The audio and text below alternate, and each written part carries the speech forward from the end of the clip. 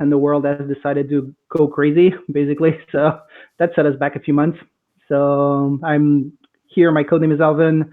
I'm with my co-host Dark-Fenix, who would like to tell you a few words of encouragement and of positivity amidst all of this chaos.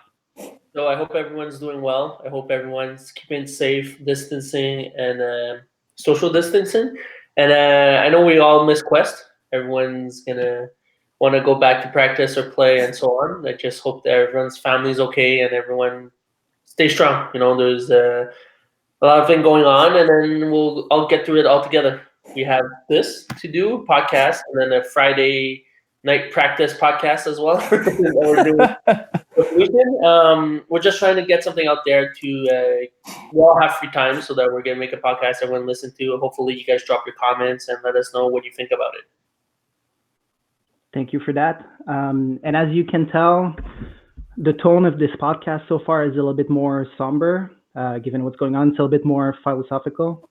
As you guys know, I've mentioned before, I've based my podcast, a huge inspiration that I had was from Joe Rogan's podcast, but also from a podcaster called Sam Harris, who likes to debate a lot about religion, about the deep existential questions of life. He likes to debate a lot about God and its existence, and this is what we're going to do today. We can absolutely provide an answer to the question, is there a God? Because we are fortunate enough to have him on our podcast today. Here, Mr. Kyle, the Fiesta, the Beast from the East, one of the best players to ever play Laser Quest. People are looking forward to this podcast like there's no tomorrow. How are you, sir? I'm good. How are y'all doing? Thank you all for having me. It's a great honor. Well, we're happy that you're here, and oh my God, this is going to be a good one. There's so much I want to discuss with you. Obviously, you and I have history. We've won a few tournaments together, so I can't wait to rehash that memory and then pick your brains on all things Quest, because you were a god back in '98. You are a god today, back like in 2020. So this is going to be a good podcast, and I can't wait to discuss all things Quest related with you. So let's start at the very beginning. I think you started when you were like something like 7 years old, right? You started pretty early. I was 12 years old. It was fall 1997 where I played my first game of Quest. But I used to actually played Qzar at this place called Funscape. It was like this big arcade and had like a mini golf and movie theater. And I used to go there like every weekend and play there. So my tag experience kind of pretty started when I was like 11-ish. So did Qzar have a competitive scene? Did you ever think about getting into Qzar? No, I didn't know that they had a competitive scene for a while, but they ended up getting rid of it, and they had some other weird laser tag thing where you shoot targets on a wall, not like against people. Oh, careful! The Armageddon folks are gonna hate you. So there's already controversy on your podcast, man. They already hate me. It's okay. So how did you get into Quest? So my first time playing Quest, I got invited to a birthday party there with one of my few friends that I had actually outside of Quest back when I was living in New York. And we went there, and I had a blast the first time playing in Rochester. And it was funny.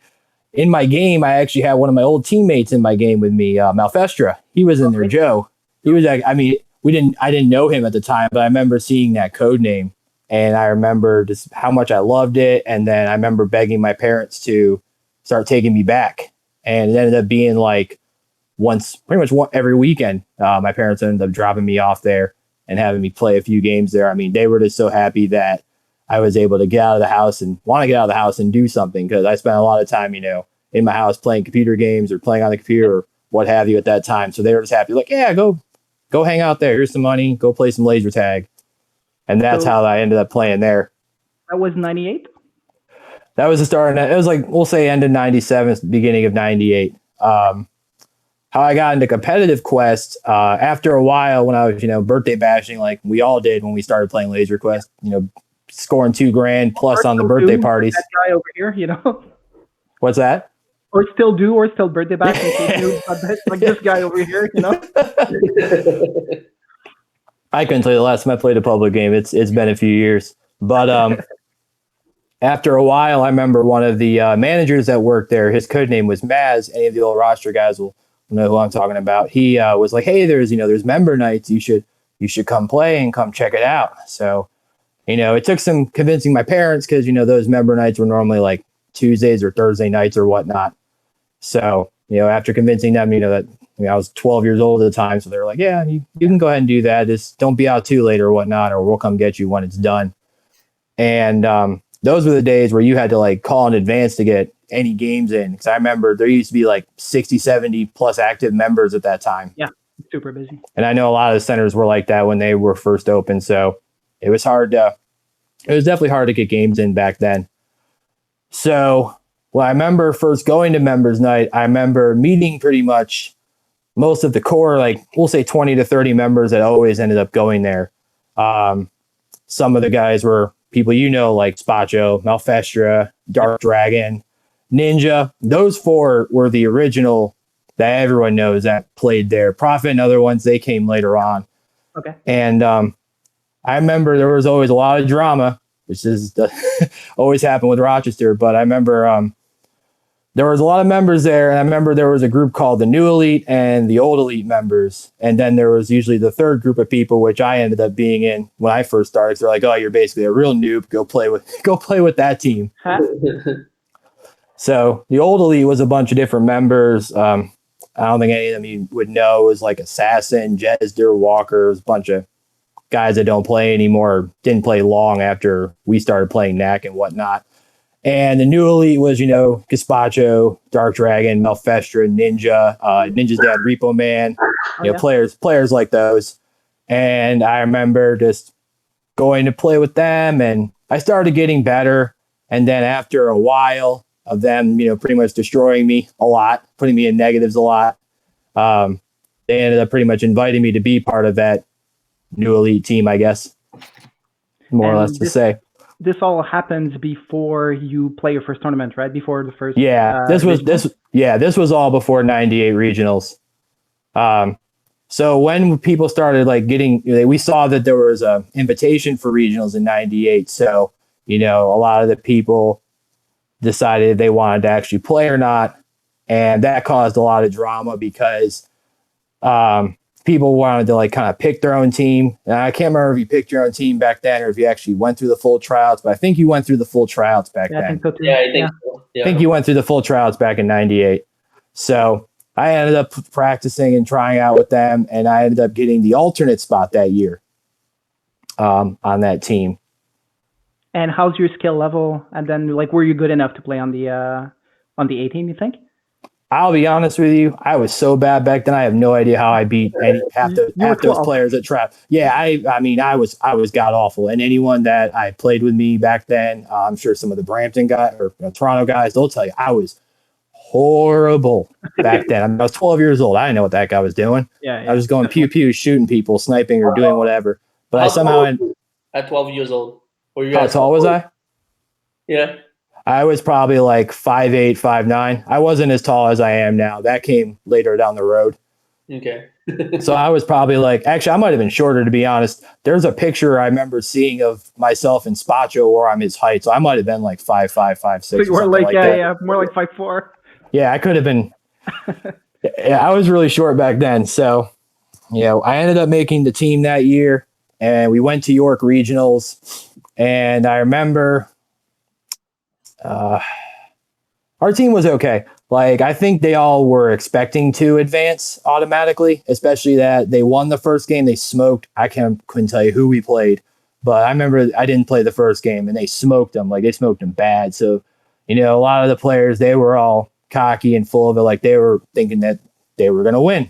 Yep. I was just like, all right, I don't know what's going on. I'm just here to play. So here's where I first played, and this would be a good story. But so my first game, I don't know why this was agreed to be my first game, but I played against York YBC in their own maze, and it was another team that advanced Centerville back really deep, back when 98. So as you imagined, York beat the crap out of me so bad that I pretty much was I was crying in the arena. I was freaking out because they beat the crap out of me. I mean, I was 12 years old, throwing me into this team was really good back then. I mean, they also had Tezu playing for them back then because he had something going on with Mesa, so he was living in Pennsylvania at the time. So he was by far their best player back then. They all just destroyed me. So for I'm surprised context, I think York was one of the top 5 teams at the time, if I remember correctly, in '98. They were like, I don't think at NAC. I think they were like top 10 maybe that year. I could be wrong. I could be wrong. They were still a very solid team. Yep. So I just remember they just beat the crap out of me. But the funny part is that I didn't get last on my team. I got second to last on my team. Who got last place? Do you remember? His code name was Walker. He ended up not playing ever again on our team since then. But who was the third team in the maze? I think it was Centerville. I think it was Centerville. It was another team that advanced, and I think it was Centerville because I remember they advanced that year. I think it was them. But yeah, so that was my first game ever playing of Quest. So, I'm crying in the parking lot. I'm kicking my parents' car because I got destroyed. I'm honestly surprised they didn't kick me off the team. So I remember the captain of our team back then, his code name was Exodus. I remember he pulled me aside the next day and was like, well, we're going to give you another chance to play. Maybe we felt that wasn't the best game to throw you in, which, I agree. Why would you put me in against York in their own arena? Like everyone knew York was the top dog from reading on alt.sport.lasertag back then. Like everyone knew that they were the top dog, especially because they talked a bunch of trash back then. Like those guys were so vocal on the new troops back then. Yep. So the next game I played, I did better. I didn't get last that time, but they ended up just sitting me for the rest of the tournament. So they ended up I made it to playoffs. And back then playoffs were one game. There was no pack rotation. You basically pack grabbed or they handed you packs, one of the two. Wow. I think you honestly pack grabbed. So I remember that they did not have the best set. So they ended up getting third in that series. They honestly should have made consoles, but they did not. They ended up missing consoles. How many teams were advancing from the region? I want to say 13. How many advanced or how many were there? Yeah, advancing. 5. There were 5 advanced. Okay. Yeah, it was York, Knoxville, Charlotte was the finals, I believe. Okay. Russ could probably verify for me. And I think consoles was Potomac Mills and Centerville, and the 6th team I think might have been like Canton or Akron. So really base Canton and Akron. Those guys flip-flopped which center they played for, but Canton had like players like Beavis and Poto. They were actually like pretty good. Oh wow, that's old school. Yeah, like those are old school names right there. Mm-hmm. So 98 was a good like learning experience for all of us because we got to like play, competitive laser, basically play with LQ regionals and whatnot, and we all wanted to get better. But a lot of the guys, especially half the guys were part of the old elite that were part of our team. I probably should have mentioned that. Like half the NAC team was like half old elite and half new elite, and they never got along because the old elite was more about having fun and playing Quest. Right. And the new elite was more competitive. Like that was more of the guys like Spacho, Mephisto, Dark Dragon, and Ninja. Okay. So most of the old elite pretty much quit playing. The only ones that stuck around were a guy named Assassin and a guy named Jesder. They played in our 99 team. And then I ended up making the team next year because I got a lot better. And then who else do we have on our team? I think we had Ninja's dad. Repo Man made it. And Prophet came. That's when Prophet came around. Okay. That's when Prophet came around our team. So, that was when we started like traveling to tournaments. So I'll remember after regionals that year, I went to my first tournament ever. It was a mixer in Brampton. It was late 98. And I remember going there, and that was when I met players like Decoy and Carnage. Yes. And Excalibur. Man, and seeing those three, especially Decoy and Carnage, because back then they were a lot better than Excalibur was. Yes. And Decoy and Carnage back in that day, those two were insane. Just watching this flip their guns and like 3 people go down and just watching this move around and kill people. And I was like, wow, I want to get that good. It was wild to see that. Especially Blair would be somebody that you could model your style at a young age, right? Like tall, lanky, lefty as well. Right. Exactly. I definitely modeled a lot of how I played learning from him, especially later on down the road. So this So was your only tournament after regionals? You only played Brampton, or did you play any more tournaments before regionals '99? no, we ended up playing more tournaments and traveling more. I remember we traveled to Brampton a few times to either practice or scrimmage with them. I remember we went to London because that was where regionals were that year in '99. I remember we scrimmaged with Westland there, and man, they smoked the crap out of us. We were like, "Oh my They were god, what are we good. going to Yeah, do?" yeah, yeah. They were good back then. And I remember we went to, I'm trying to remember what other tournaments we went to. We probably went to one in like Ohio, maybe a Michigan one. I think we might have went to a Westland 3-man. I mean, we went to tournaments, but back then we didn't really make a splash back then. When We would were you still say was the first tournament, like your breakout tournament, where you actually became like good elite? in my opinion, my first tournament that I felt like I won that I was really good at was probably the Westland 2-man with Spacho, and I believe that was in 2000. Okay. That was Okay, a breakout. That was a breakout win and experience for me because, well, one, no one expected us to win. Like a lot of people expected Solo and Decoy to win. They were in the finals with us, and I think the other one was Nepenthe and Lou. I think it was Nepenthe and Lou. It was Nepenthe and somebody. It was a really stacked finals back then, and for us both to win was really good. Yeah, especially absolutely. myself, because when I started getting better on the Rochester team, Spacho and Dark Dragon and Malfestra and Ninja, and those guys were way better than me. They were a lot better than me for a while. You were also pretty young, so you kind of like grew into it, so to speak. We glossed over it, but my first regionals was '99 in London. You were there. You guys were in the north that year, right?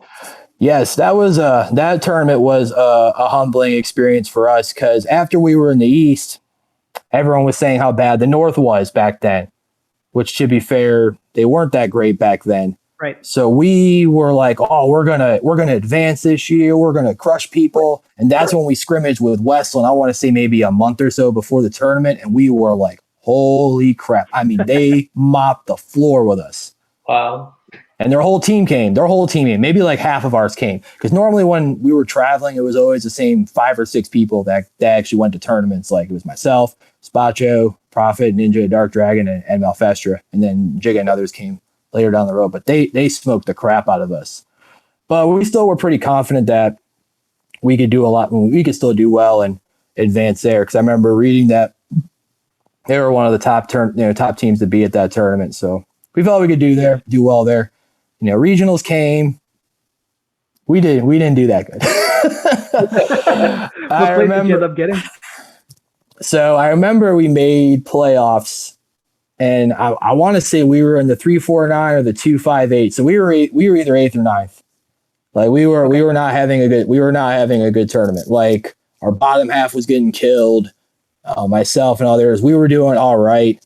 Now London is a hard arena to play a knack in. I'll tell you that. It is. Those games were all over the place. Like I remember one game you'd be all the way upstairs and you'd see half the people on the middle level. One game would be all downstairs. And for us, for Rochester, that was just something we just never were good at because Rochester was such a tower arena. I don't know if you've ever been there, Lewis, but Rochester had humongous towers. No, I've never been. Like the size of some small arenas. Oh yeah. Like those towers were massive, so we were just used to playing those, and then you go to other arenas where they're playing on floors, ramps, all over spreading out. We didn't know how to deal with that. Experience. Yeah, your strategy must have been different because of that. Yeah. We honestly were never the best at strategizing when we first started. That ended up getting better as the years went on, but. So we ended up going to playoffs, and we played against Clinton Township and London. And we honestly felt that we could beat both teams. Yep. I mean, but we had Spacha leading the way, talking for us. So you know how he is. He was a very confident guy, to say the least. Is one way to say it. Yeah. Confident guy, to say the least, being like, "Yeah, we're gonna smoke these fools." No, we got smoked. I don't think we were close one game at all. So that. Oh my God! So Clinton was arguably the weakest team to make finals that year. Yes. Because I think they played against Brampton and Westland and they got crushed, right? And I think it was one of Clinton's first regionals as well. And Correct. London obviously had home maze. Right. But do you remember if the scores were any close at all at the end of the Triple Quest? Of ours? No, we got smoked. We got Oh, really? smoked. Okay. And I think Clinton won all 3 games, to be honest. London was good because they knew their arena a lot better than we did. Like, they were able to hide their weaker players. But to be honest, we shouldn't have lost it to London, at least. That was embarrassing. Whew, Absolutely. It was rough. So that caused a lot of inner drama with our team. I remember a lot of us were arguing about it because we were pissed. We're like, how did we lose to these guys? Yeah. So we ended up losing some the other players off our team, and then 2000 came, and that was when we all started going to tournaments a lot more. Like, we went to all tournaments. We went to anything in Canada. We went to anything in Ohio. We went to anything in Michigan. We went to VDM. We went to VDM back when VDM was VDM. The top tier tournament in the East Coast. That's where I met all the Southern players and got to see like what Real Quest was about back then. Most of the talent back then. Yeah, definitely. Oh, Was there a Western team there? Yeah. In 2000, yeah, there was a Westland team there. That wasn't the year they won, though. Okay. That was a year. It was a San Antonio or Southern like God Squad team was mixed together and won. I remember. I think they were in the finals with them, but they ended up winning. The year after was the year that they pretty much got their revenge on the South and won that tournament. That was in 01, I believe. I remember Andy like talking about this. I think just this past Friday, actually, I was listening to that. That was interesting. But okay, so you end big disappointment in '99 for regionals for you guys. Right. You lose a few players. You personally, what's your motivation to keep playing? Well, this is a big thing for me. So after '99 regionals, we went to SummerSlam. That was the first SummerSlam that they ran, and I got to meet Team Phoenix. So Phoenix went to that tournament with Corwin Carnage. It was Carnage, Great One, 007, Edge. Okay. No, Hocus wasn't there. Oh. I didn't play Hocus there, and Zebra.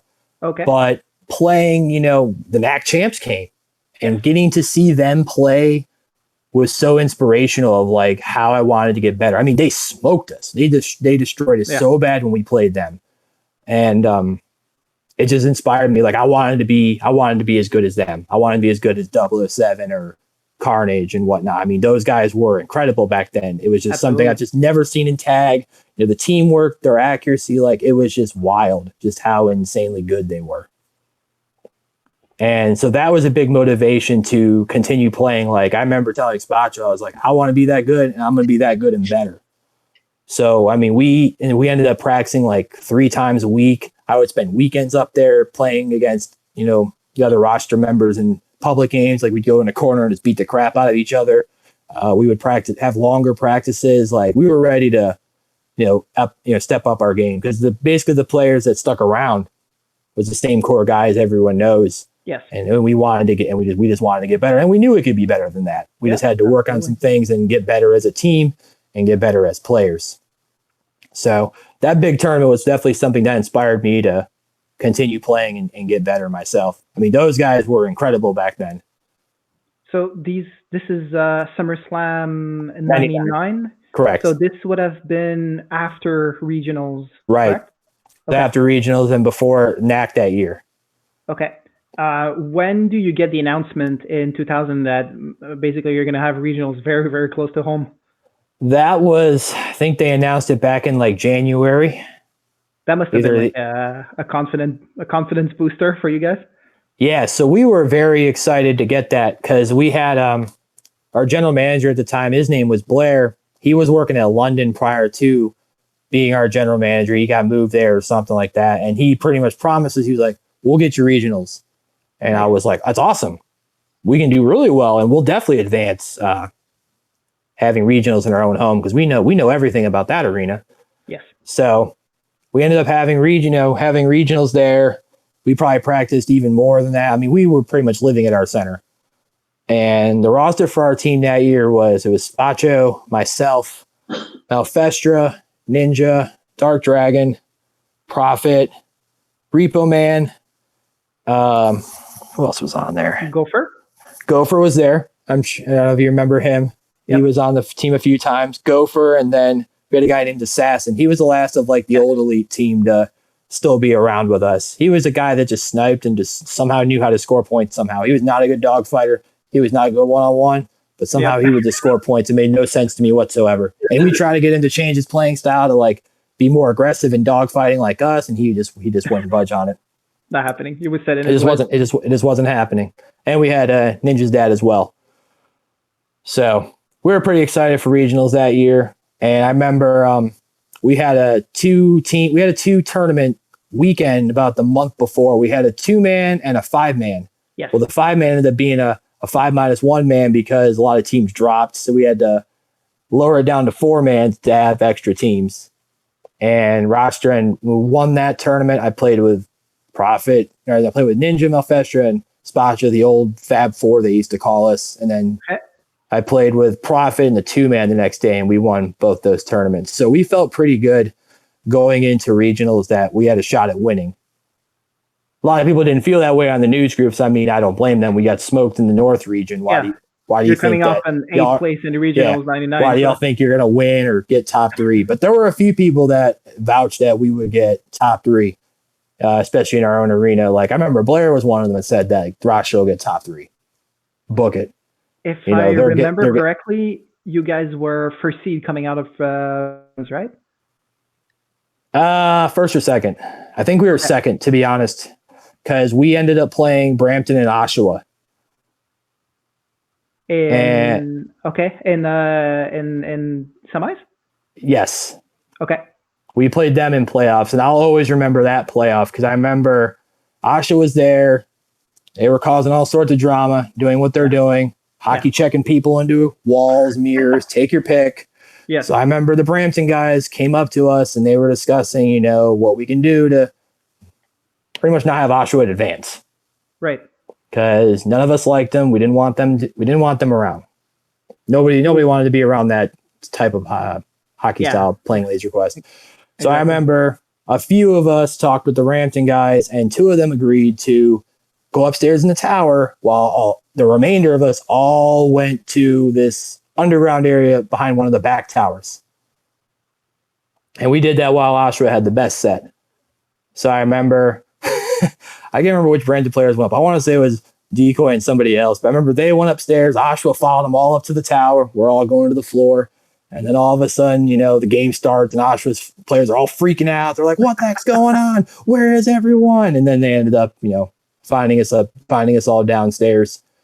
And we ended up killing them. We killed everyone that game. That was one of the games that we won.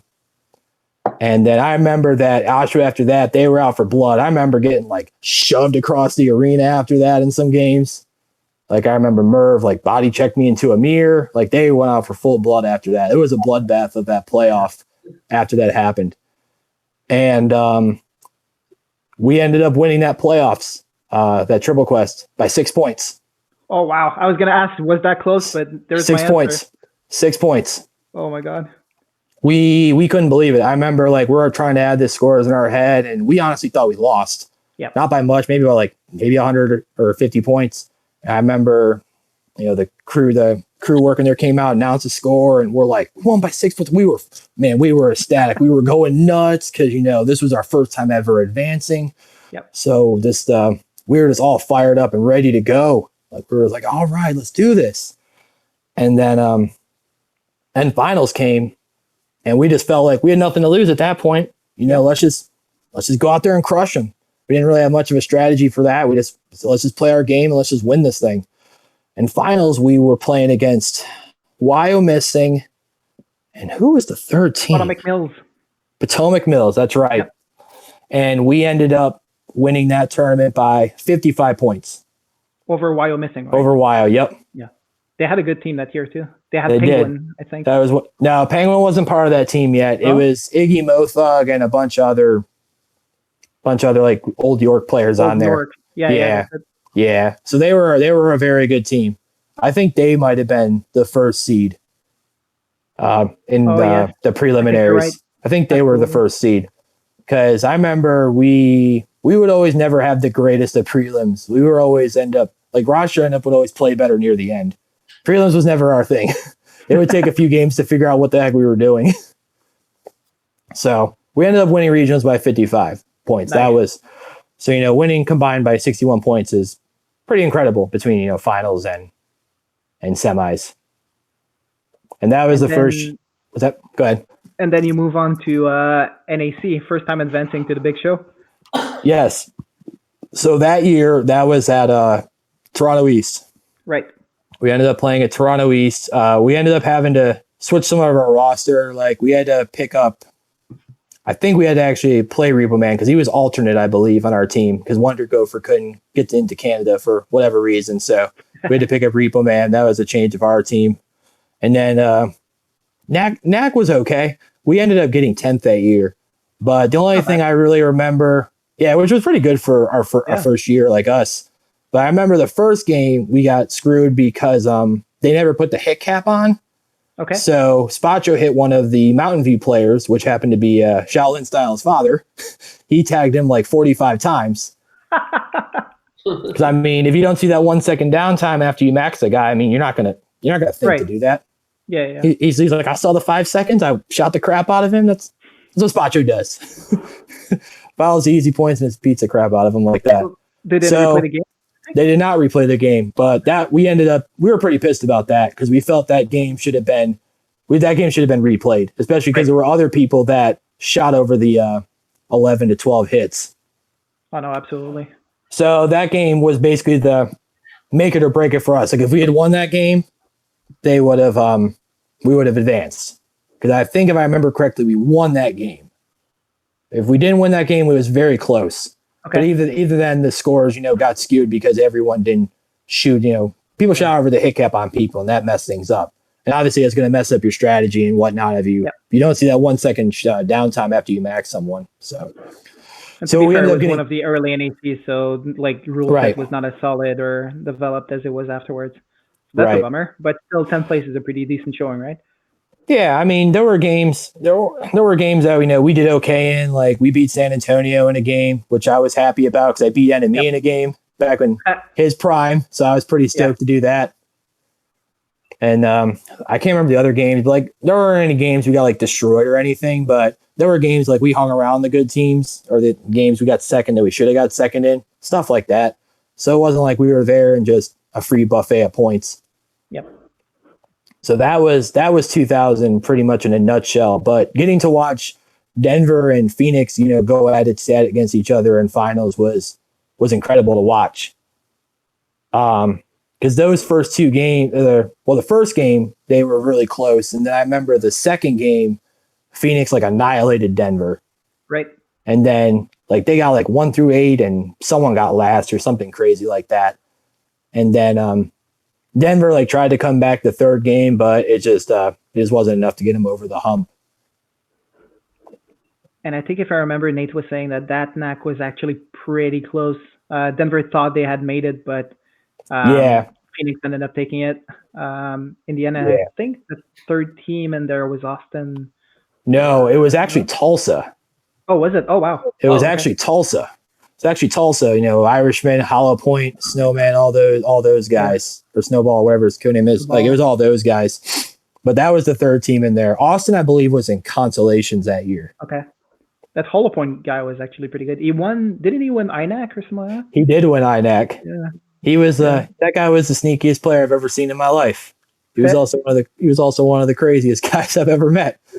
I've never played him. I've never met him, but I've heard some stories. All the Tulsa guys, I think, were pretty weird. He would just vanish, disappear, and all of a sudden he comes out scoring like 900 points, and he'd just talk trash to you. Be like, "Look at that, I schooled you guys." Be like, "Where were you? Like, what the hell happened? How did you do that?" Yeah, what? It was like a DDR effect. Dark Dragon was a master of that too. All right, except you could beat his butt, and then he'd end up winning the game. Yeah. Oh man, he was such a weird player to see. I was up on him and I was like, tag him like 10 times in a row, and I'm like, yeah, I got this. I come out of the game, he's got like a grand, he scored like 500 points more than me.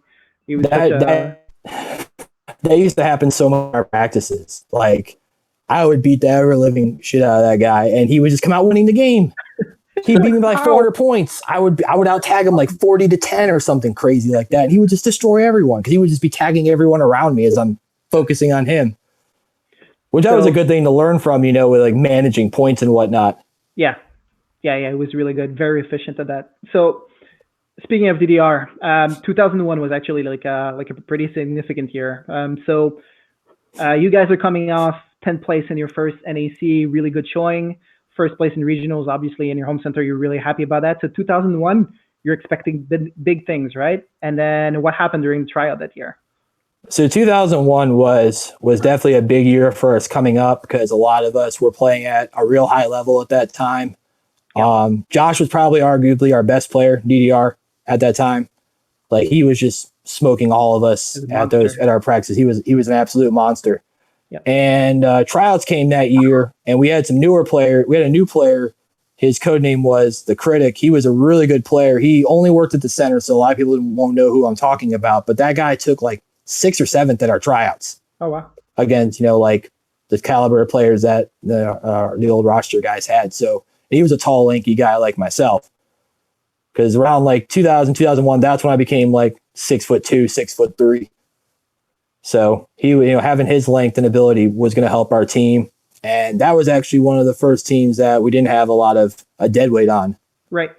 So that's when the drama came at tryouts. So we had Birdcage, the general manager of Colorado Springs. He was working at our center because I think we were in between managers at the time.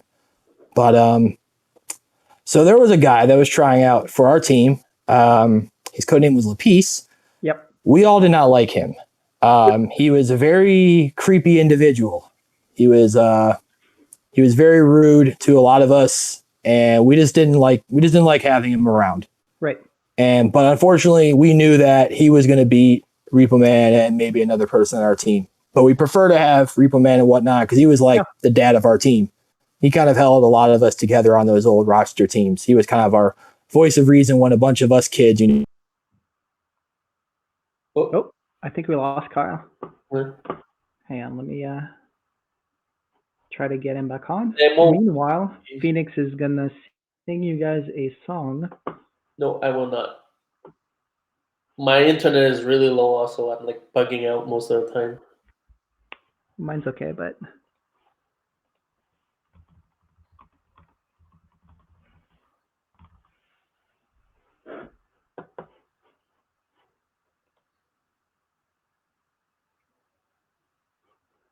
it's funny hearing him talk about like regionals 99, like 2000. Those are all regionals I was in.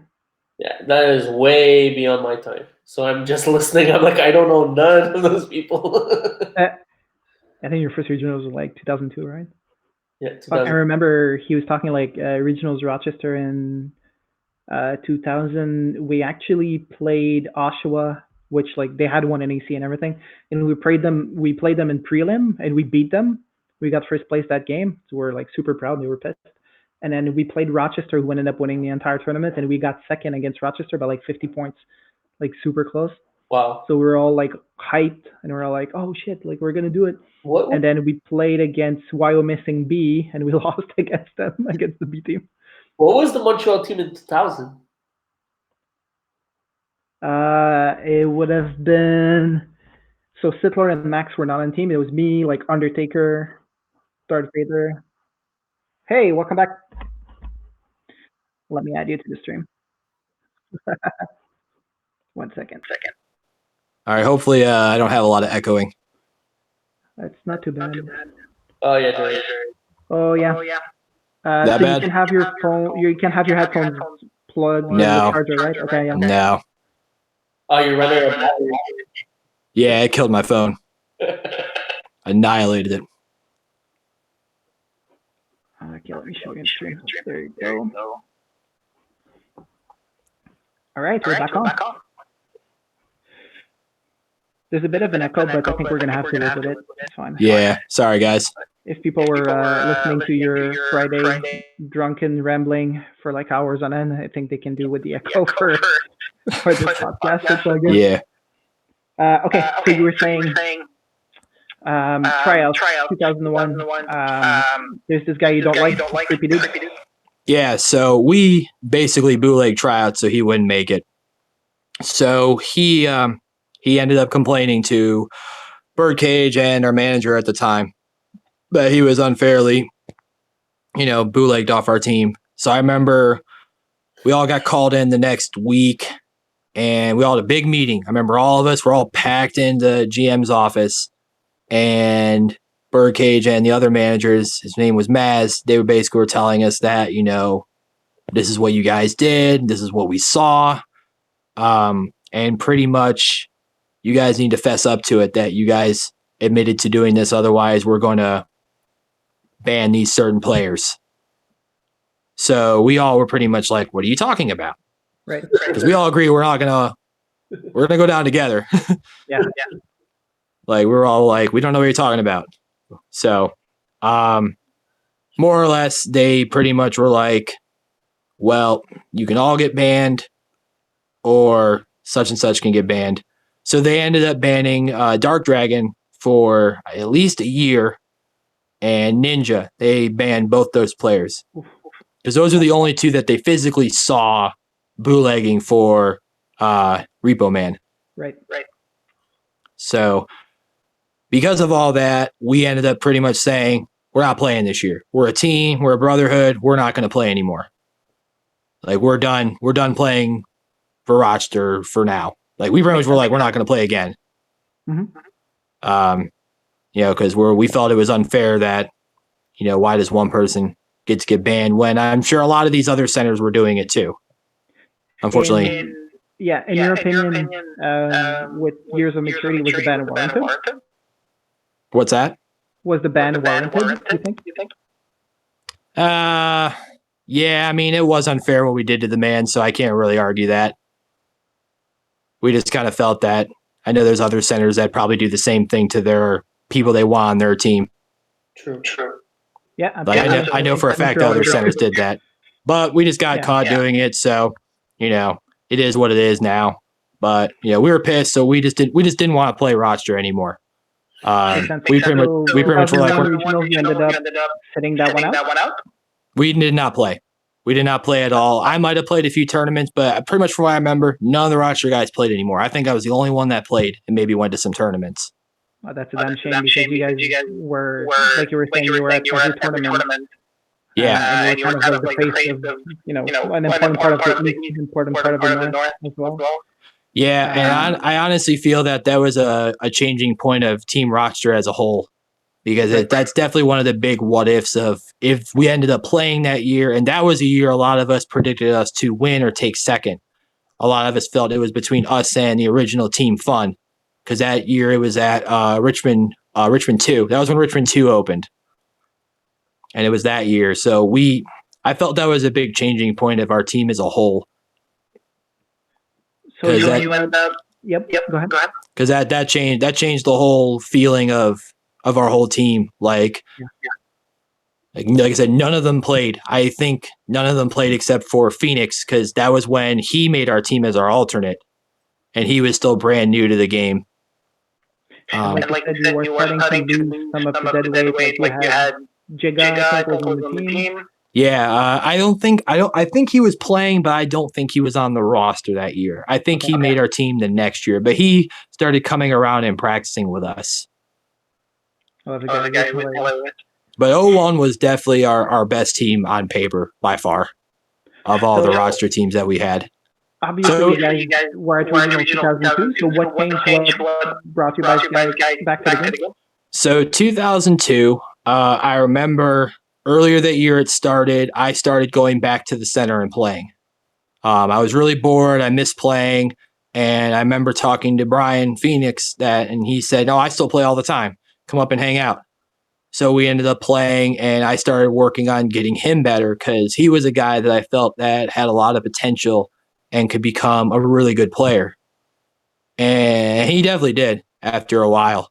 But I remember after that, regionals were announced. They were in Richmond 1 that year, and we were in the East, which that was a weird regional because it spanned from Canada all the way down the coast. Yes. It was a very weird, because I remember you guys were there. I remember Brampton was there. It was a very weird alignment of the regions that year. But I remember they announced it, and I remember it took me basically a lot of convincing everyone to come play, because Josh was still banned. He was still not allowed to play. So a lot of the guys were kind of like, I want to play without him, so on and so forth. But I was just like, he probably would want us to play. Yeah.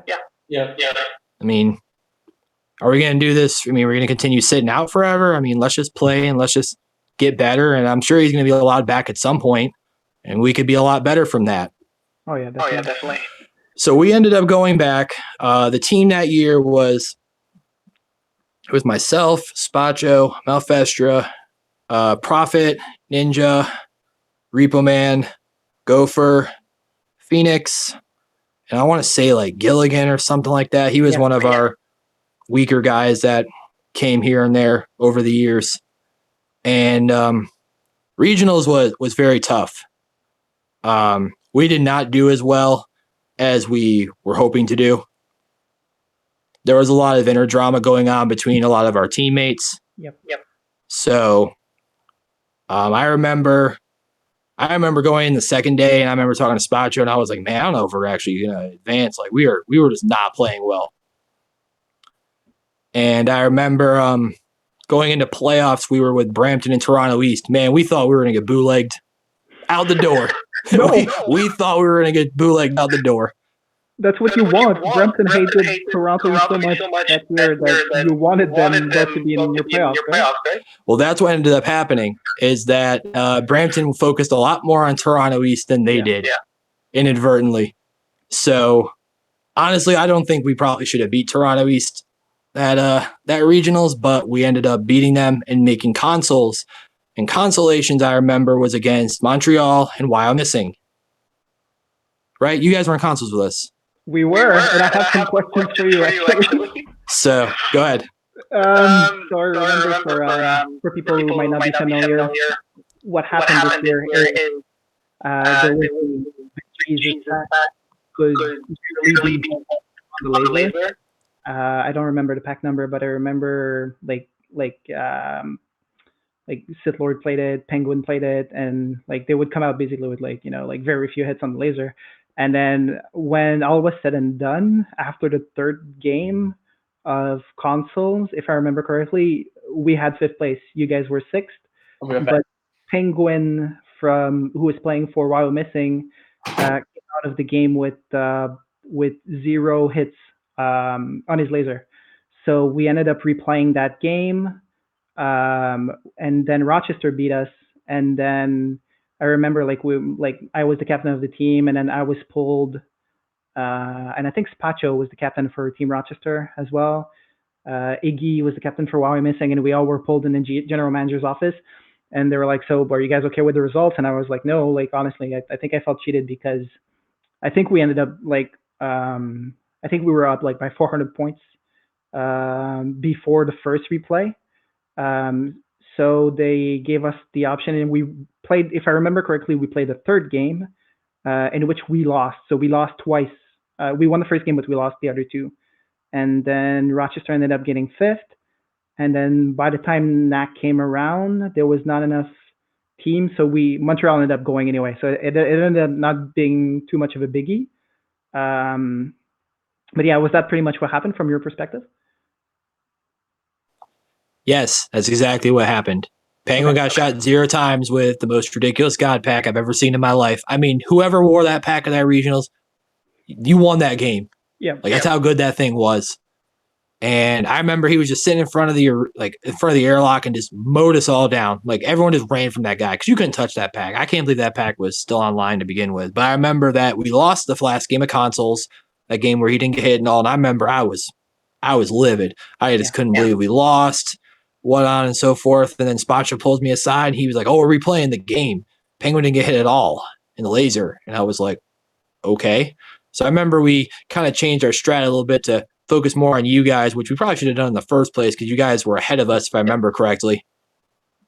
And we ended up advancing out of that. But I do remember saying that was really unfair how they did that. And honestly, they probably should have just let it go, to be honest. If they were going to replay one game, they should have replayed them all. Looking back at that. Yeah, maybe turn off that pack. They should have, or they could have just replayed it without that pack. I remember they said they nerfed that pack, but it was still like a beast. So you ended up advancing from this region. So we went to that NEC2 as well in 2002, which I think was in Norwich, if I remember correctly. Right, that was in Norwich. And you guys did a lot better there, like given your regionals performance, right? Do you remember what place you got? Yeah, so 2002 was our groundbreaking performance at Rochester as a whole. Yes. So we ended up getting 6th that year, which look back, even after it, we none of us how well we did because ended up changing players. Ninja was in the military at that time, so he was overseas. Repo Man dropped off the team due to the inner drama that we were having. So we ended up picking up Gilligan and Rat. Rat was like a 12-year-old boy who brand new to the tournaments, kind of like I was, and he just got demolished the whole time. But Knack was crazy. I remember we beat Houston in a game. We almost beat Phoenix in a game, or we did beat Phoenix in a game. I mean, we were beating teams that honestly we had no business of beating. And then we ended up playing Denver and Canton in a prelim game. And I remember they were in the left tower or whatever the popular tower was in that arena. And left tower, and we just took it to Denver and Canton. We just took it to them, and they ended up getting goose egged.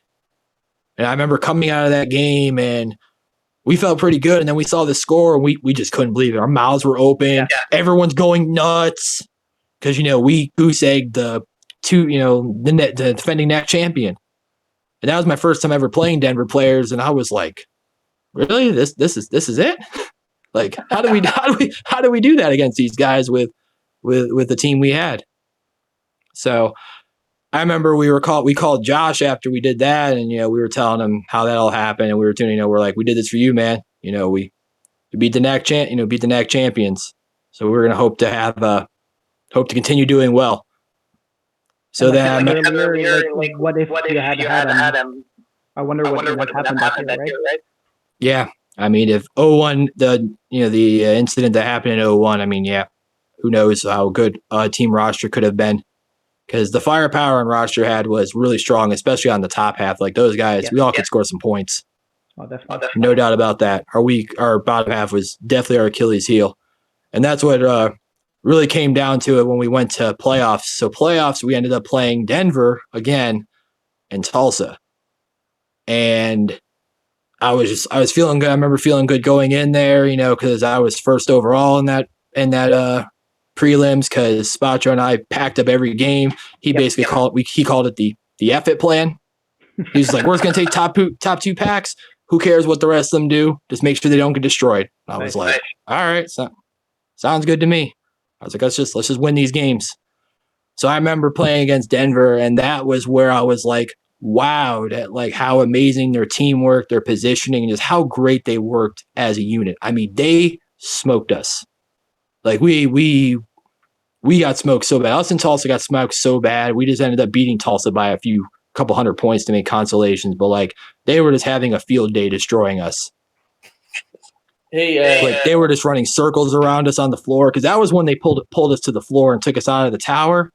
And then Rochester was never a good floor team, so they just pummeled us. I think I got like 18th one of those games. And the other two games I did fine, but one game I remember they just swore me and I don't think I ever came up for half the game. So I was just amazed at like how good those Denver guys really worked together. So insert foot and mouth after I'm like, wow, we beat these guys. They're not that great. There's a reason. Yeah, I mean their teamwork and their positioning and how they played was just incredible. And players like Knock and Lord B, those guys were out of this world at the time. Ninja was really good. Their Ninja was really good too. Yep. I mean, they were a very solid team. They were probably the best team of all time, arguably. I mean, they were incredible. Hey guys, just one second. Come up. I'm gonna leave you guys. Okay. Okay, did Skype? Well, I'll let you guys know. And also, Lucian wanted to ask a question. I emailed it. I sent it to Alex, who'll ask Kyle afterwards. Okay. I have to go, guys. Okay, no problem. Be safe. All right, man. Good seeing you. Okay, excellent. I will have a Lucian question for you a little bit later on. It's going to be a good one, obviously. Oh, I'm sure. Okay, so 2002 was obviously a very successful year for you. Not really the regionals, but you go to any first place in the prelim. And there's also that happened in 2002 Sorry, say that again. It got really echoey. There's also a World Championship, I believe, that happened in 2002 in Vegas. Was that the year where you got to play for Team USA? Yes, I probably did that before we went to NAC because that was obviously before. So I went to the Vegas 5-man the day before. My team was myself, Hetfield, Ouija, Red Sushi, and Decoy. And I remember going to that tournament because plane tickets back then were dirt cheap because of 9/11. Right. I remember, I think my dad spent like $100 on that plane trip or something crazy like that. Like it was dirt cheap. And I'll never forget that because I remember like I was going to the airport and I looked at my dad and I'm like, you're going to actually let me, 16-year-old me, go to Vegas? You're insane. But okay. You'll take it. I was like, okay. I mean, they trust me enough not to do anything crazy. But going to that tournament, that was where my first West Coast tournament, and Vegas was one of the top tournaments back then. I mean, all the incredibly Hall of Famers were all there. Like all of Phoenix was there, a lot of Denver players there were a lot of Southern players there, a lot of Houston, a lot of other Texans were there. I mean, it was an amazing turnout. I think there was over 20 teams at that tournament, just at the 5-man. It was the All-Star game, right? More or less, that's what it felt like. That's what Vegas always felt like to me, was just an all-star event. Because all the teams there were super stacked. That's what it basically was just a stack fest that entire tournament. But we ended up going. We got first in prelims. I remember that. We got the bye, which I still couldn't believe we got to that day because I was okay at that tournament as a player. I was still learning a lot of different things. And I remember we went to the finals, and it was our team, the team that won, which had like Capri Sun, Punisher, IRS, Colombo, and Clarkness or something like that. So then the third team was like, oh man, it was like 007. I want to say it was like Hocus and some other players. My memory is kind of, fuzzy on who was on that third team. But it was another good, solid West Coast team that was in there. Yep.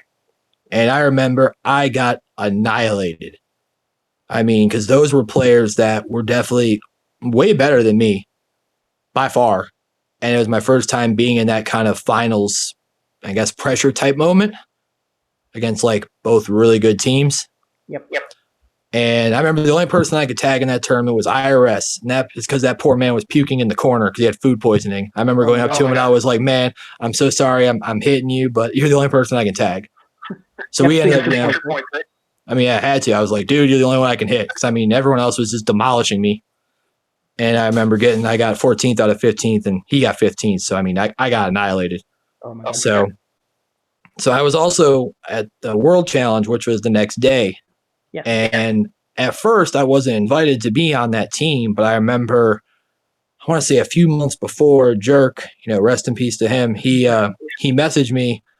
And he asked me to be a part of that team. And, me being, I honestly didn't feel I was that good of a player to be on that kind of all-star level team. That World Challenge team was insane.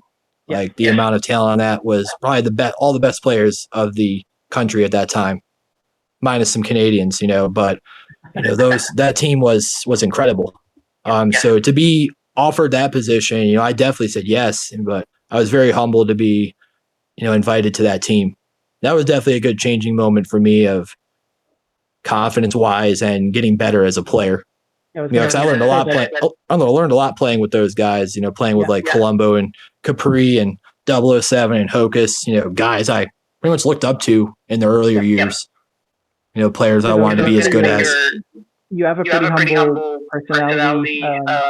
In contrast to everybody I've had on the podcast yet, like Nick, like Adam.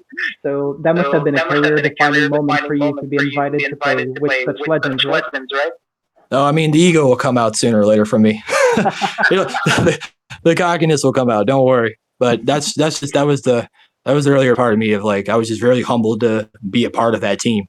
It was an incredible experience. And we ended up winning that tournament by a lot. I still can't believe we lost one game. Remember we lost one game to, it was like Denver, Tulsa, and Bad Andy was on that team, and they smoked us. And I remember making fun of all of them. And I was like, what is wrong with you guys? How did we lose that game? I said, y'all should walk home if we lose to them again. And then we ended up not doing that in finals. Just a walk of But- shame.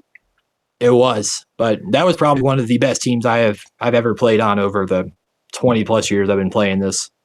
Top to bottom. Solid. Like it was wild. It was a wildly good team. So I want to get to 2004. Because I was at that happened in Rochester. So really quickly, 2003 regional 23. How did results pan out for Rochester? 2003, we did not play. Okay.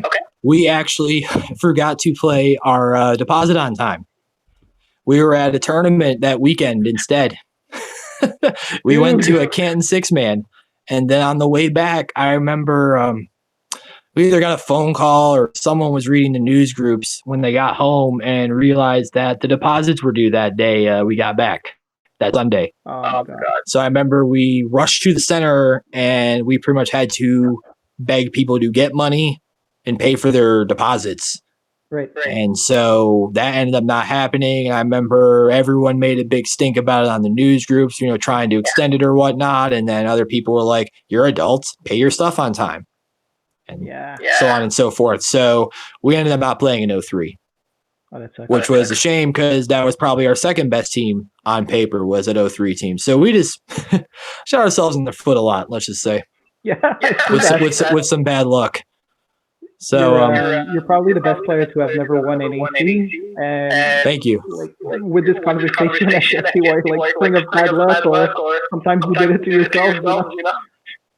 Yeah, I mean that was definitely the last thing on my bucket list of things to do was to win nationals. So it's a shame I never got to finals, at least like top 3. There were a few times we were close, but it's just a shame we just never got there. So 2004 NAC is in Rochester, right? Yep. So 2004 came, and I remember after 03, all that drama happened with our team in 03. I remember a lot of people were basically saying, if NAC is not in Rochester, because that was the rumor for a while, none of us are playing. Like half the team was not going to play if NAC was not in Rochester. So that was pretty much like it was nearing the end of the Rochester era, I guess, so to say. So I remember NAC ended up being in Rochester. Regionals were in Canton, I believe. I think they were in Canton that year. I think they were in Canton. It was either Canton or Akron. And that was the last year Rochester played as a full team. I remember regionals came. We honestly thought we were going to wipe the floor with everyone. Right. Because I remember they went to a scrimmage. They went to go scrimmage Canton, and they destroyed them. I mean, they 1-8 them every game, or 1-7, whoever went there. Just demolished Canton, just wiped the floor with them. So, we were pretty confident. And especially in 04, I was definitely trying to implement new strategies, have us play on the floor more, try and not put our pack rotation as top heavy as much, because that was when I was really trying to improve my game, because I was playing a lot of ultras at the time between 2003 and 2004, because nobody was playing at Rochester. Right. So I was looking for something to do to pass the time. So I would drive to Syracuse and play Ultra Zone there every weekend. And I'll tell you what, that system, playing on their settings, that helped me a lot as a player in Laser Quest. Oh, really? Yeah, because you have to be so precise with your timing, your positioning, and basically how you just swipe your laser on their packs. You've got to be so precise on that. And I remember going back to practices when we started practicing again, and I would just react them for 5, 6, 7 times in a row. Oh wow. And they didn't know what to do. It got you to and then I started more accurate.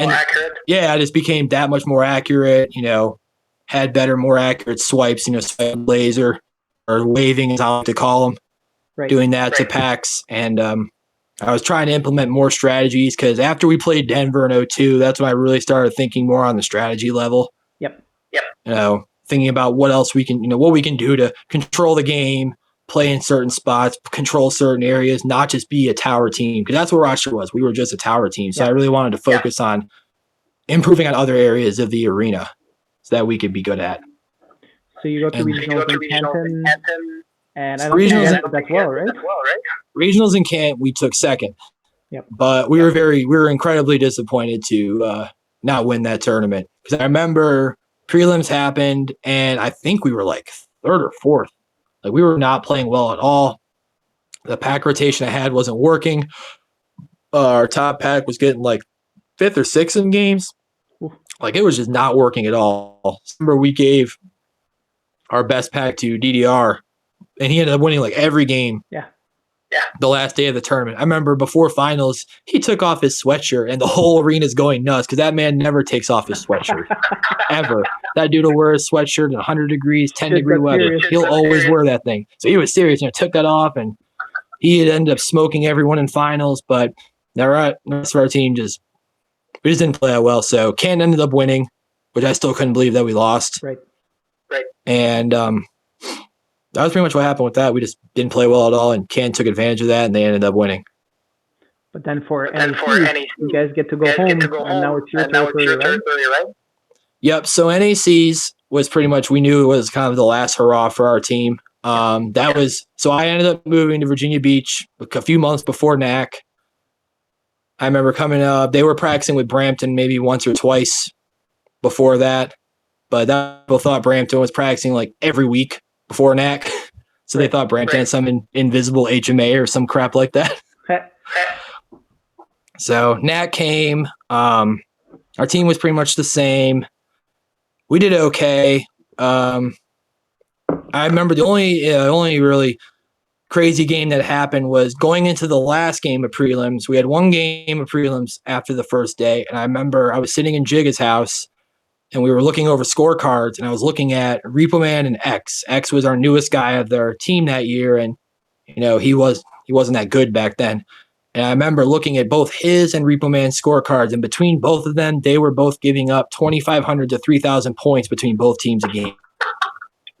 So if we did the math, we'd be undefeated. Those two never played in the game.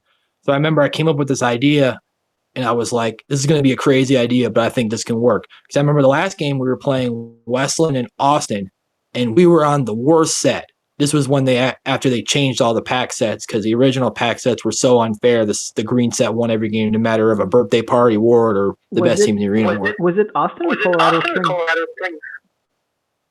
That game I'm talking about? No, it was Austin and it was Austin and Westland. Okay. It was Austin and Westland, and we had the worst set, and we had to get second to make playoffs. Yep. Otherwise, we were not advancing past preliminaries. So I remember going like, all right, here's what we're gonna do. We're gonna have Repo Man and X just put their packs on, just hide in the arena, and just have them hide. Don't have them shoot. Don't have them snipe. Just have them hide. Because I felt that was our best chance, was to have them hide, so that we could not give up the points to those two other teams, and so we could have a chance of getting second. Because I mean, that set was, I remember it was awful. Like if you got second, that was a pat in the back. Like you did well with that set. Yeah. And so we had them end up hiding, and Rochester's a humongous maze. If anyone's not been there, that maze was like 11,000 square feet. I mean, that arena was humongous. Yeah. If you knew the arena and where to hide, you could hide the whole game and nobody could find you. So those two ended up hiding in the very back left corner of the arena. I don't think anyone ever played there all tournament long, and they both ended up getting 0 points and not getting hit. And I remember coming out of that game, and we ended up getting second. Somehow we did. We ended up getting second with that strategy. Yep. and I remember the Austin guys, they were specifically pissed, especially Daydream. I remember he was flipping shit. He was like, what is this? Their packs didn't download right. All that stuff. I'm sitting there laughing. I was like, wow, I can't believe this actually worked. I can't believe this. You guys were only focusing on Austin, right? Yeah, we were only focusing on Austin. Like we knew we had no shot of touching Westland. We just wanted to get second. I remember Exodus when he came out of the game was like, what the fuck were you guys doing that game? Yeah. But they worked. It ended up working. I remember Thurwall pulling me aside and asking me, is that what you got? What were you guys doing? Like, why did you guys both score 0 points? So I explained it to him. I was like, well, we needed to get second. I didn't want them to give up points. And, they ended up doing that. I remember Malice heard me walk by, and he was like, that's a great idea. I'm glad that worked out. Yeah. I couldn't. I'll be honest, I was actually more shocked that they were both willing to do it, which, kudos to them. That's great teammates right there that are willing to do that, knowing that will help us advance to that to the next level. I was marshalling that So- game, and I remember you guys were not even looking at West. No, I remember I was not. I was just shooting Austin players and making sure they weren't following Repo Man X. So this got you into playoffs? Who did you play in playoffs? So we played Denver and NRH. Oh, ouch. And that was a big bloodbath of a playoff. That was basically the passing of the torch, so to say. Yes. Of Denver to the new generation of talent. Because I remember, like, they smoked us so bad. It was a fun triple match for NRH. Just was up in everyone's face and just destroyed all. Right. So that was the year Brampton won. Yep, that was the year Brampton won. So I was really happy for them that they ended up winning a NAC because, those guys were our brothers and helping us get better when we first started playing. Oh, yeah. So we were stoked to see them win, which that was a crazy win for sure. It was. So NAC is done. 2004. So the next big event of that year is actually rolls into the next year is Vegas 2005. Yep. With the most godly squad ever assembled, obviously. So tell me a little bit about that tournament. So Vegas 05, that was it was myself, it was you, it was Action, Phoenix from Rochester, and I want to say Clarkness. Yes, Clarkness.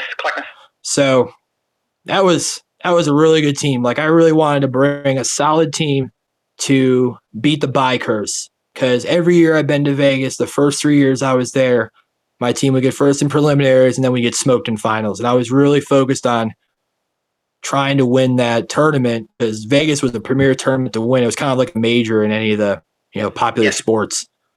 And plus, I really wanted to beat that bye curse. I wanted to show everyone that it was possible. Yep. Because it happened every year. Vegas happened. Whoever got first in preliminaries, they got smoked every time.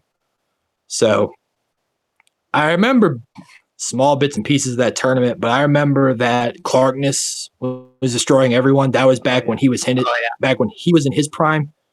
He was insane. I remember that was when Action was coming into his prime when he was really good, and that was a guy that was really underrated in my opinion. The point scoring ability and what he could do was just incredible. Same with Phoenix. Phoenix from Rochester was another guy that could do that. He was a monster. Yeah. So I remember, I do remember, like, we got the bye and everyone was giving us crap, like, oh, you're going to lose again, so on and so forth. But if I remember correctly, like, didn't we, like, smoke them all? We were 2 points off being undefeated. That tournament. Yeah. I remember whoever we played in finals, it just wasn't close. It was not that good of a team. It was Decoy, Excalibur, Double 7. Oh, Vegas finals always had the best players around at that time. I think there was some controversy as well because the first team was a team with like Matt and Cougar and Hetfield. That was the third team, and those finals there was some they beat like some godly Western squad or something to advance the finals. Maybe. I honestly don't remember. I don't remember who was in that finals, to be honest. I just remember that we ended up winning. I just remember we won that. I just remember we won that year. I remember I was really pumped to beat that bye curse. And this was your first Vegas title, right? That was my first Vegas title, yes. So after this, the most important win of your life, obviously. It was back then. We enter another era where there is no more Rochester, and you now live in Virginia. Yep. So right before NAC in 2004, I moved to Virginia Beach, basically for change in life, something new. I felt like I was happier down here. Yep. So I ended up playing with the Virginia Beach squad, and those two teams were vastly different with how they played, how they approached the game, and just how they were. Did you guys play straight up like in the regional team? Were you competitive right off? Say that again. I'm sorry.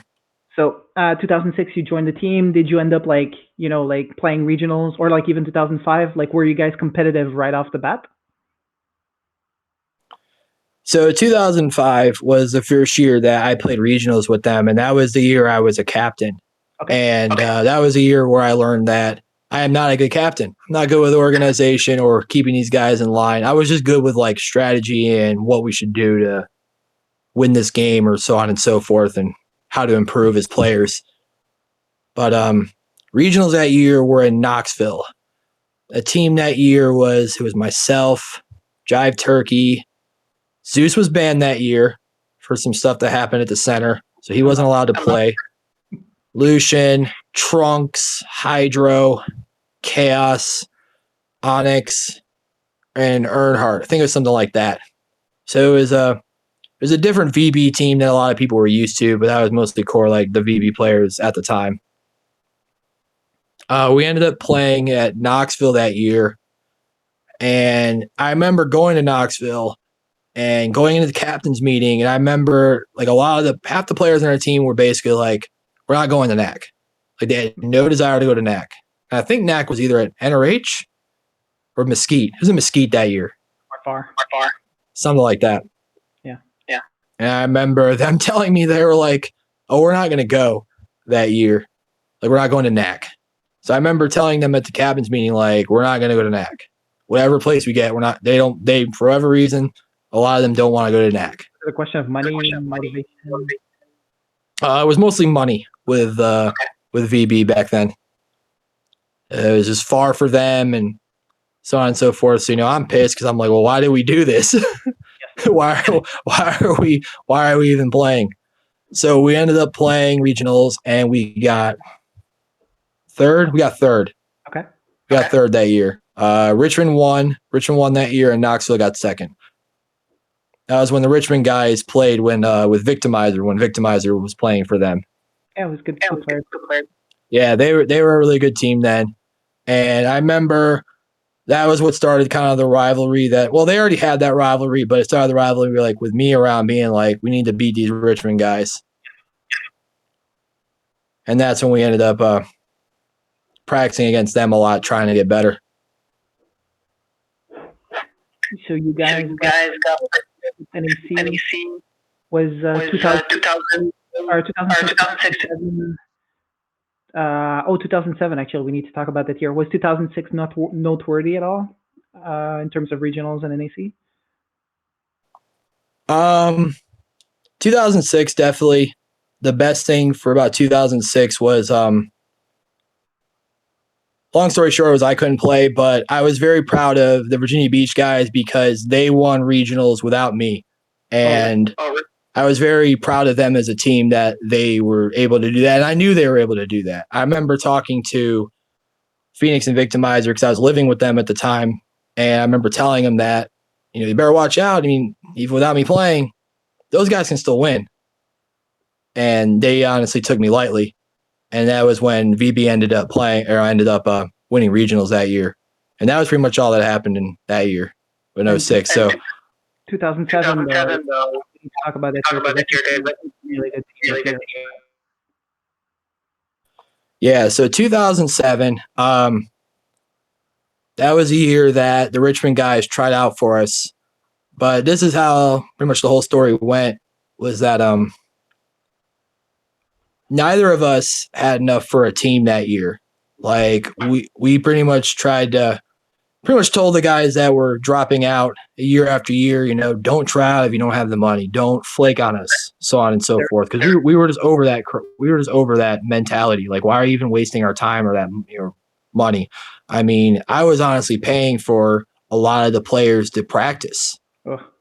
So, just to have people practice or to make sure that they go to regionals or so on and so forth. So, that year we didn't have enough for a team. And we probably had like six people. And that was the year that you were allowed to try out with your closest center and combine teams if you both didn't have enough. If I remember, that was a correct verbiage. Yeah, absolutely. And we remember talking to the Richmond guys, and they only had basically their top core were the only players that were trying out that year, Blue Man Action, Voltage, and so on and so forth. And Ouija was also having that same issue. He said nobody in Knoxville is trying out. So we all talked about it, and I remember we all were like, well, let's do this legitimately. Let's talk to our, respective general managers and have them talk to Steve Garrett. So everyone knew. Like all of Laser Quest Corporate knew. Like there was no stacking behind anyone's back. Like they all knew that we were trying to do this as legitimately as what the rules said. They said if you didn't have enough, you could try for your next closest center. And for us, that happened to be us. I guess because Charlotte didn't have enough for a team, and neither did the other Virginia centers. So we all ended up trying out together. They all got approved by Steve Garrett and Jeff Thurwell and all those whoever was working through corporate and the NAC committee. Yep. So they all said it was fine. So, but we all definitely agreed. We were like, well, they approved it, but let's not talk about it on the news groups because on LQA because we knew that it was going to cause a shit show. Yeah, definitely. Because there was already other drama, with people crying about Toronto and people crying about the NRH team. So we were like, well, let's just show up to regional. Let's just not talk about it. Let's play and then they can all, discuss their opinions about it. So we ended up having tryouts and a lot of random Virginia Beach people, like kids I'd never seen before, showed up at our center to try out. So we actually had enough for 2 teams, almost enough for 3. Oh, wow. So, but, we told, our GM told who, Steve Garrett and whatnot. So, I mean, we continued on with tryouts like nothing really happened. So our team that year ended up being, it was myself, OB from VB, Zeus, Jive Turkey, Lucian, Action, Voltage, Blue Man, and I believe Russ was our alternate that year. Like that's how hard those tryouts were. Wow. Like he either got he was either 9th or alternate. Like those were probably probably the roughest tryouts I ever played in my life. Like those were super intense games. Yeah. So, so I remember, I'd say probably a couple days after, one of the Virginia Beach members that didn't make our A team posted the roster on LQA. So what happened with drama on LQA? It exploded like wildfire. Yeah. People were complaining about that, saying it was unfair, so on and so forth. So I'd say maybe a day or two after, Steve Garrett called Zeus and was like, can't bring that team. You bring that team, you're all banned. So we're like, that's great. How's that fair? Yeah. So, we all complained about it. We're like, how's that fair? So on and so forth. So Steve Garrett pretty much put his foot down, was like, you can't send that team. So we went on forward. We then assembled a Virginia Beach team again. I think we picked up like Chaos and Calypso, 2 of the lower half players. I think we had Onyx as well. And I remember that, it was Chaos and Calypso that dropped. They dropped the week before regionals. Actually, I think they dropped the day before regionals. Wow. So they didn't have the money and they couldn't go. So I remember that we asked Blue Man and Jordan if they could go, or Voltage if they could go, and they said, yeah, we can go. So we contacted Steve Garrett, and Steve Garrett was like, all right, you can have those Richmond guys, but you have to call everyone on the list of tryouts before you get to any Richmond players. You have to call all those VB players that tried out. So we went through the list, called them all, and we ended up having Blue Man, Voltage, and D join our team. Nice. So we showed up to regional, and people were not happy. I remember the Akron players, they were pissed. I think they've threatened to not play because they were extremely pissed that those 3 were allowed to play. Which in my opinion is ingenuous. Why wouldn't you want to play the best competition available, right? Oh, I think you muted. I can't hear you anymore. No. Yeah, I think so. That's how I always felt. Playing against the best players. I mean, there was always going to be stacked teams and stacked players that came to these tournaments, and that's how you got better, which is playing against better competition and learning from it as an experience. So do at that regional? So regionals, we ended up pretty much smoking everyone. Shocker. We did lose one game. We lost the very first game of prelims against Akron, which we always ended up doing that. Like, I remember we'd always lose our first game, and it was always against Akron. Every year I played with VB. So we changed our strategy up and changed our pack rotation up, but we ended up started 1 through 7 and 1 through 8 in games. After that, we started really clicking together pretty much. And then the first game of finals came in, and we got 1 through 8 and 22nd. First game of finals against Puppy was 22nd. So we gave him a lot of crap about that the whole entire weekend.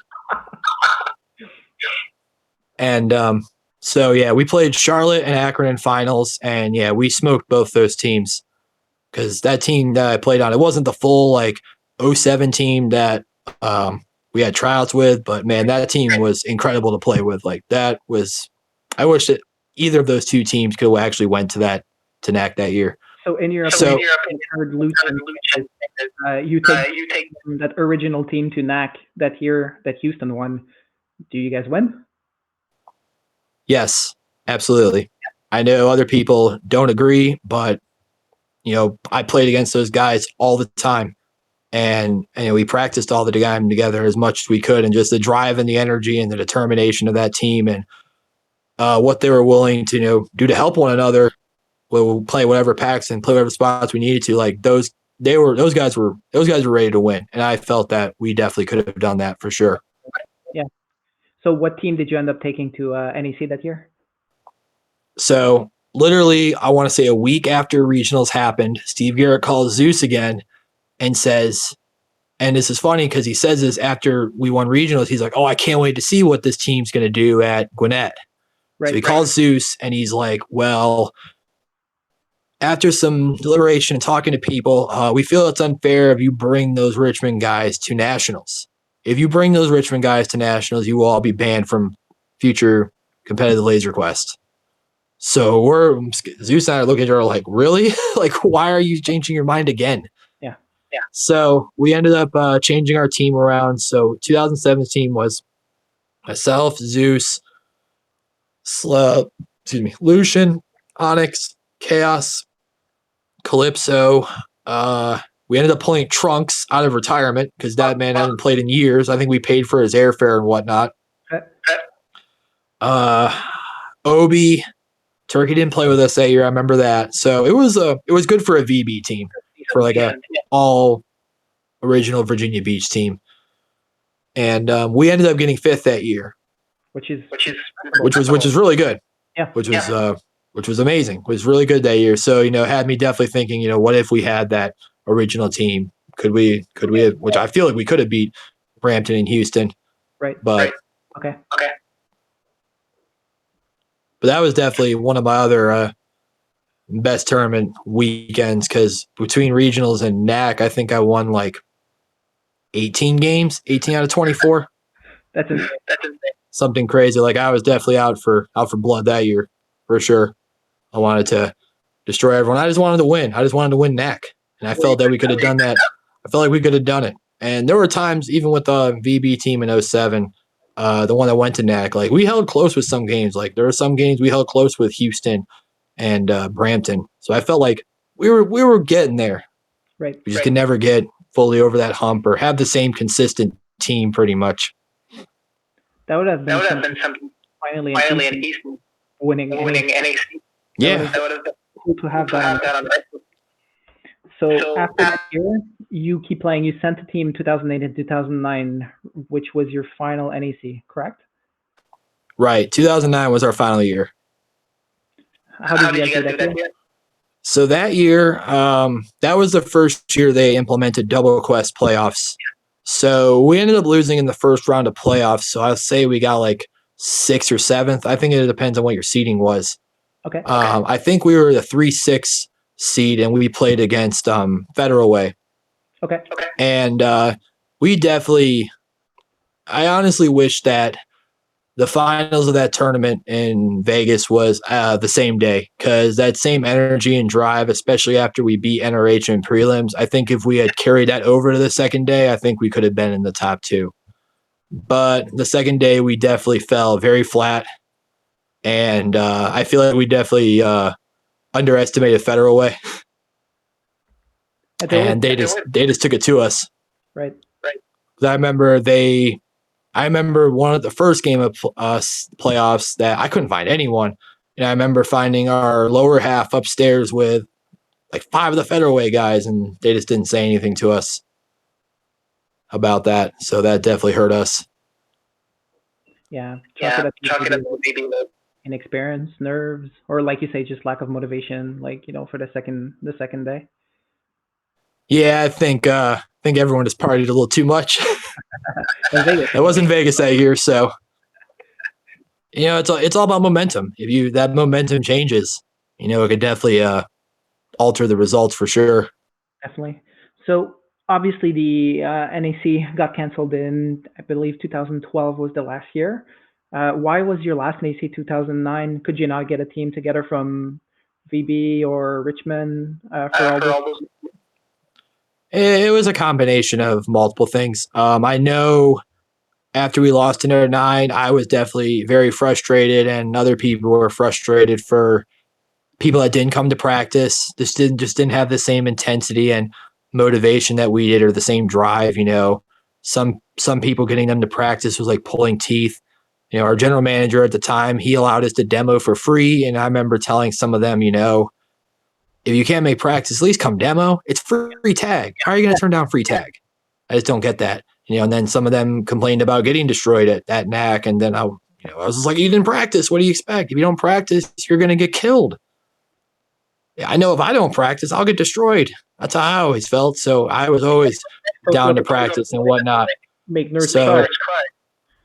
It was a combination of that. I know a lot of people were just sick of that drama and just the same result. The same people are getting destroyed. And it's hard to find new talent and get them up to speed that quick. I mean, Laser Quest is a hard game to teach people. Yes. I mean, it takes months to years to get to a good level, in my opinion. I mean, some people might argue that, but it's definitely a steep learning curve. So, the combination of that, and they kept changing the eligibility rules every year. Yeah. One year we were allowed to combine with our closest centers if we didn't have enough for a team, or, the next year that wasn't into effect. Or, it just, a lot of the inconsistency with the rules, I think, is a reason why the game died. Yeah, makes sense. So that was why Virginia Beach as a whole stopped playing. I think the last year we were planning on going was the year they had that waiting list. I think that was 2010. And we were part of that waiting list, and we pretty much were like, we don't want to wait till like the last minute to find out if we can go or not. Yeah. Because knowing VB's history, we were just not going to go. So we didn't know from the get-go if we weren't going to go or not. We just said, let's just go. Just forget about it.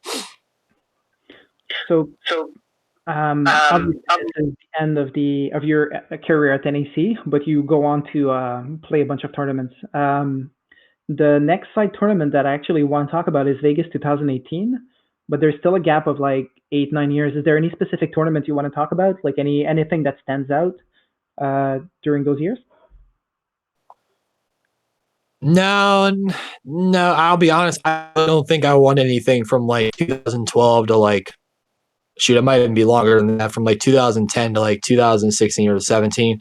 I just didn't really play as much anymore. I just didn't have the drive. And I'll be honest, I wasn't in the best health, best in health wise either. I was definitely really overweight and just out of shape. And a lot of people didn't really ask me to play back in those years. And I remember I was also tight on money as well. So I didn't go to very many tournaments. I remember you like guys got retirement to play Washington with us, Potomac Mills. It was a fun tournament. But nowhere near the stakes for Vegas 2018. So this was obviously the tournament with really, really good teams and a shitload of money on the line, which is weird for a Laser Quest tournament. But what was your experience there? What was the team? So the roster for that tournament was myself, Lollipop, Enemy, Capri Sun, Colombo, and Marine. So we originally had this team even before there was money announced because we were practicing that team for the World Challenge. Right. So, once we heard the money, prize was around, we were like, oh, that's pretty cool. I mean, we were planning on going anyway, but we were like, all right, well, that just makes a victory sweeter if we achieve that. So that was our team for that. I remember a week or so before Vegas, Marine was unable to go, and somehow we lucked out getting Bad Andy. I remember messaging him, or I think someone else messaged him and was just like, yeah, I'm going to double check, but I should be good to go. So that was a blessing in disguise to get a player of that caliber last minute. Yep. I mean, we had some other backup plans, but like I said, one of that caliber was incredible. So the tournament it was a lot of fun to play that tournament. It was my first time playing with Lollipop. It was my second time playing with Enemy. Those guys are incredible players. I played with Colombo and Capri before. Those two are also great players as well. I played with Andy before, but it's been a long time since we played tournaments together. I think I might have played I can't remember which ones exactly, but I think I might have played one or two tournaments back, like 10 plus years ago. But, we felt we were playing pretty good, from the get-go. I felt like that we got along really well, had some great strategies, and just knew how to help out one another to help win. We got to playoffs. We ended up playing NRH, and I remember they came up with the strategy to kind of all go up in the left tower and just snipe. That must have been which I kind of saw where they were coming from, but it was kind of a head scratcher for me because that was something I never thought I'd ever see any of them want to do, and two, I honestly didn't think that they were gonna really go up there and try and fight us. So I remember asking them, being like, "So what are we gonna do to like counter that? Like, what if it doesn't work?" And they were pretty confident that they were gonna go upstairs with us. Well, shocker, they didn't go upstairs with us.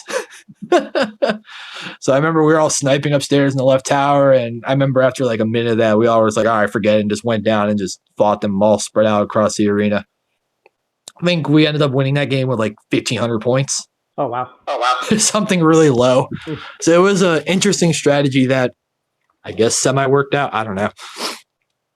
And then the second game was, I remember being super spread out, and we ended up winning that by like couple hundred as well. But honestly, that could have went either way. Like NRH was really good in that double quest. And they have always tough to play them. Yeah, they have a ton of experience playing Vegas too as well.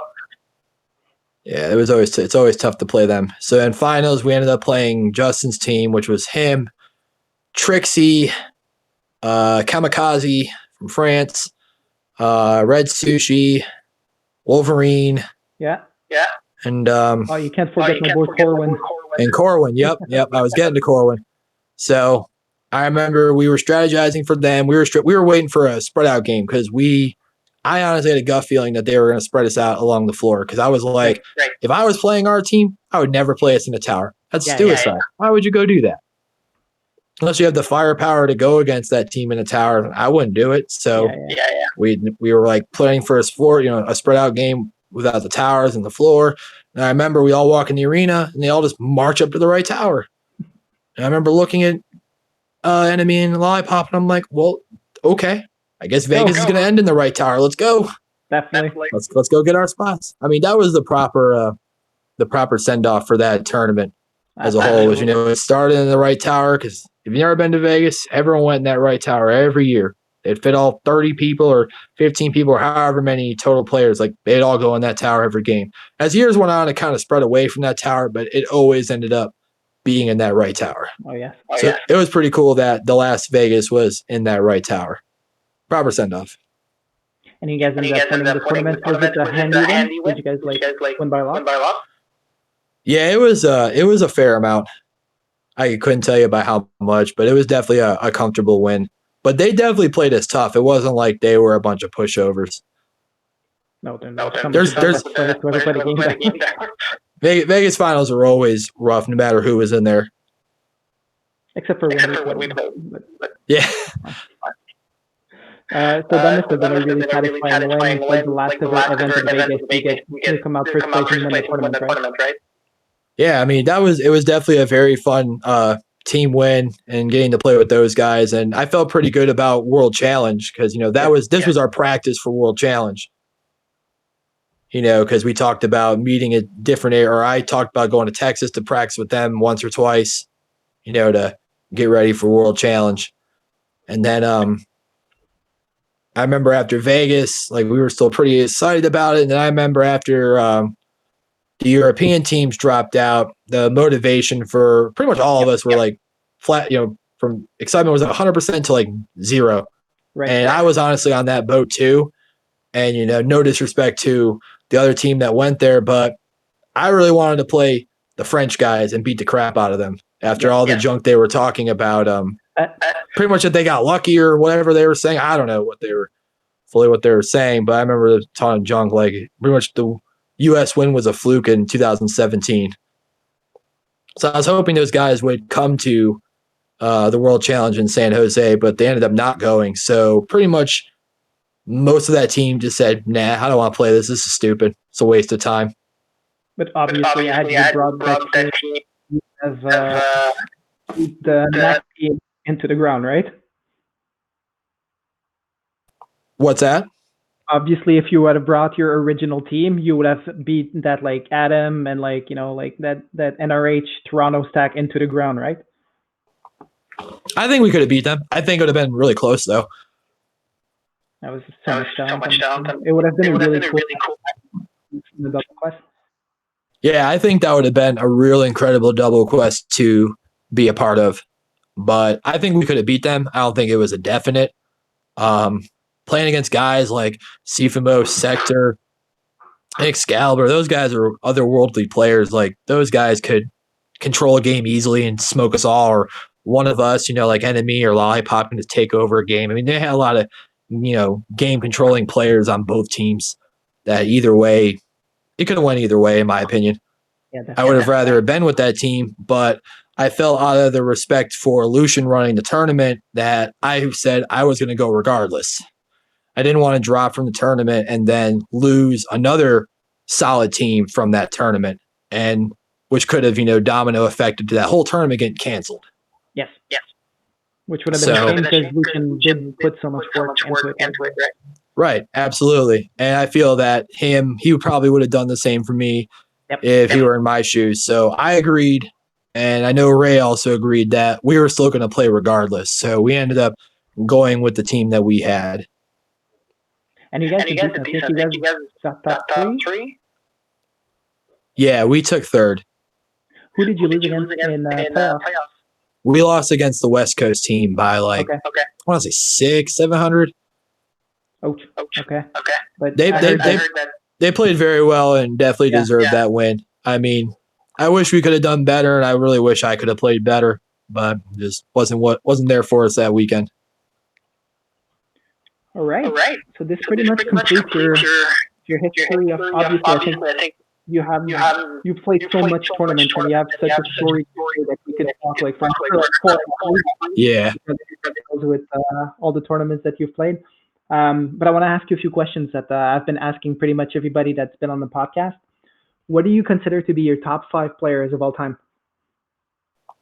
All right, so I did a lot of thinking about this one. I know because I've got a long time of playing this game, and I've seen a lot of different great players. So I definitely looked at a lot of side tournaments and mostly heavily weighted on NAC and NAC wins and what you did in NAC pretty much. But there's definitely a lot of players like Ronan and Clarkness who were monster side tournament players, that definitely got thought into consideration as well. But here's my top 5. My 5th, I'll go from bottom. I'll go 5. 5 was Sifumo. Okay. Sifumo was my 5th from NRH. Monster player. Pretty much you give him almost any pack, that man would just crush people. And just he was always in the mix, trying to help control the game. And he was a hell of a competitor. I remember first meeting him in Rochester and fighting him in my towers back in my old center. And he's just been killing it every year. I've seen that guy, and I've seen him at NAC, which wasn't a lot of them, but there's a few I saw him at, and any side tournament that I went to that he happened to actually be at, he was always up there in individual scores. He was such a huge talent. So number 4 was Lollipop from Houston. An incredible player. His accuracy and speed were just off the charts. He was just a hell of a competitor. That guy was always top individually in tournaments. You know, if you saw a top 5, top 10 list of all time, or just any current one, you'd always see his name in there. He always brought a high intensity, and he was always up in people's faces, or doing what he can to get points out there.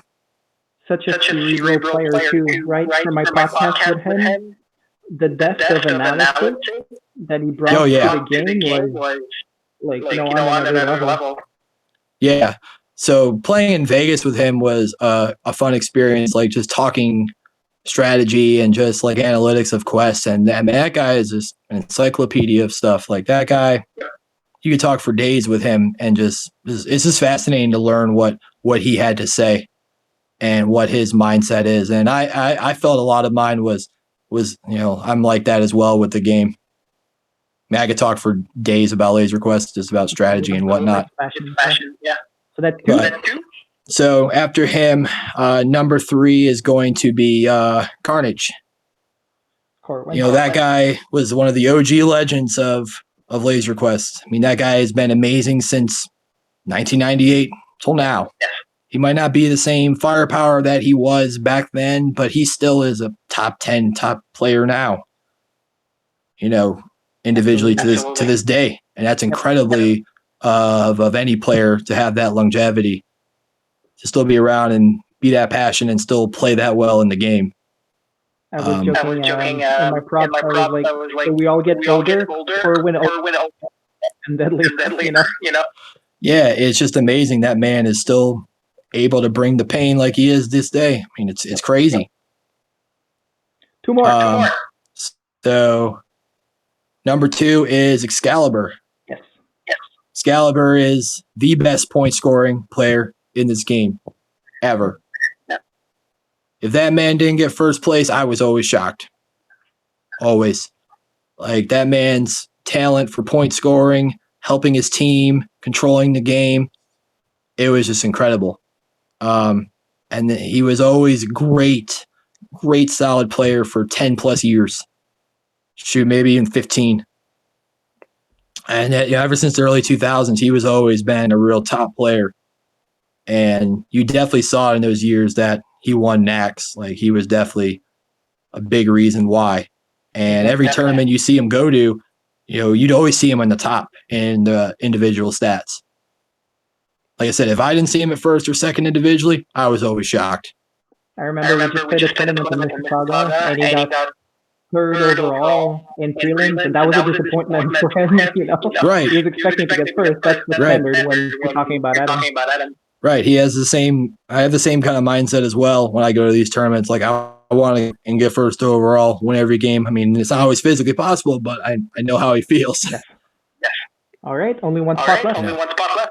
So number 1 goes to Enemy from San Antonio, Houston. So this guy,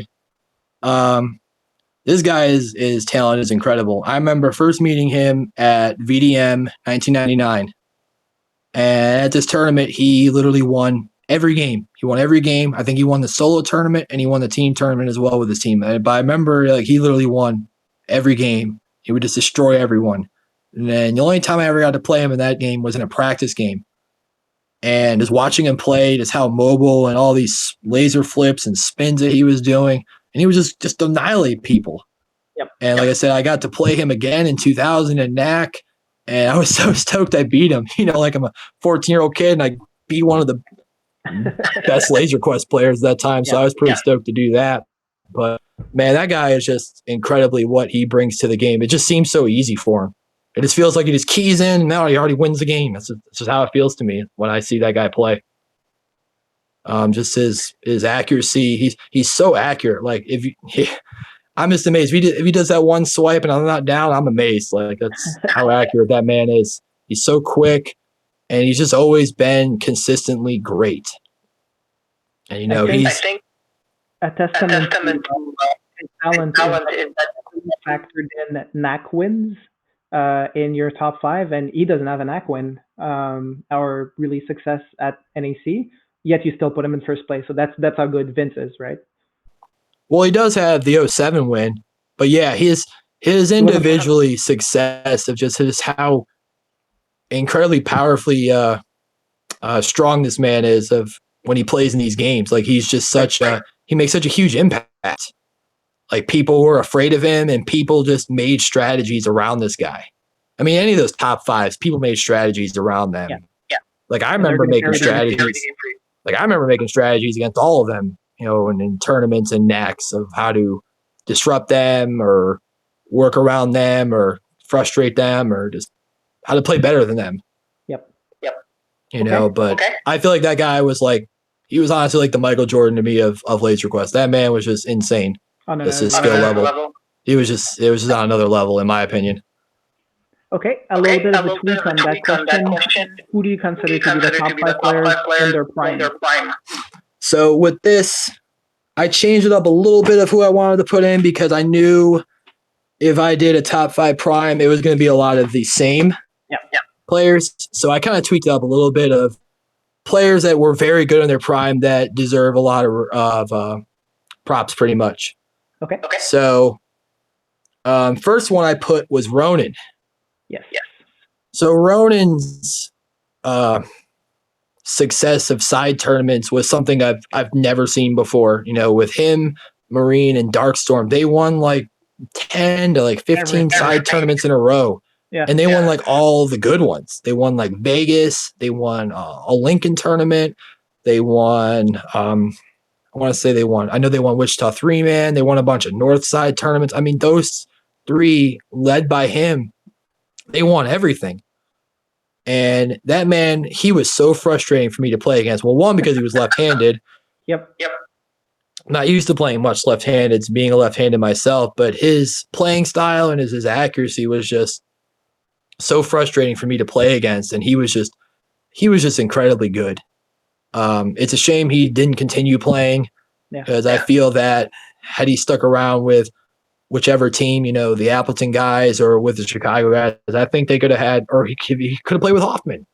Could have helped Hoffman get that NAC champ. I feel Hoffman needed that Ronan type player, in my opinion. I feel Hoffman was missing out of all those years.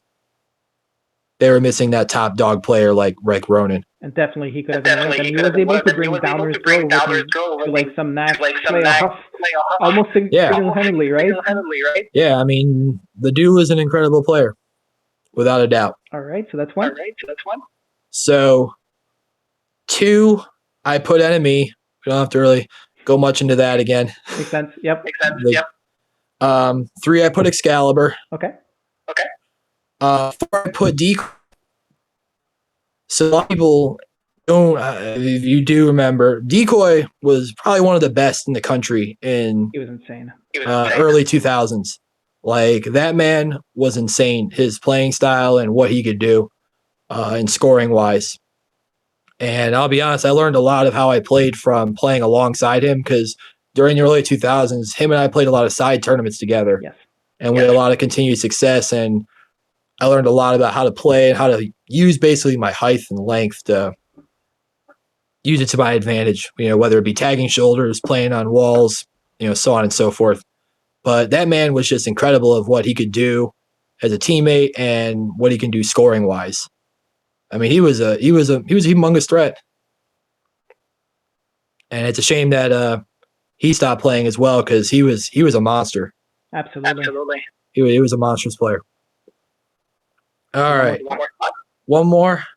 I've got Bad Andy. Nice. Good choice. Another player that was very incredibly top scorer, always consistently at the top, especially in the years with Westland. And when he played with them, he definitely made a humongous impact on their increase as a team, you know, their rise to where they got.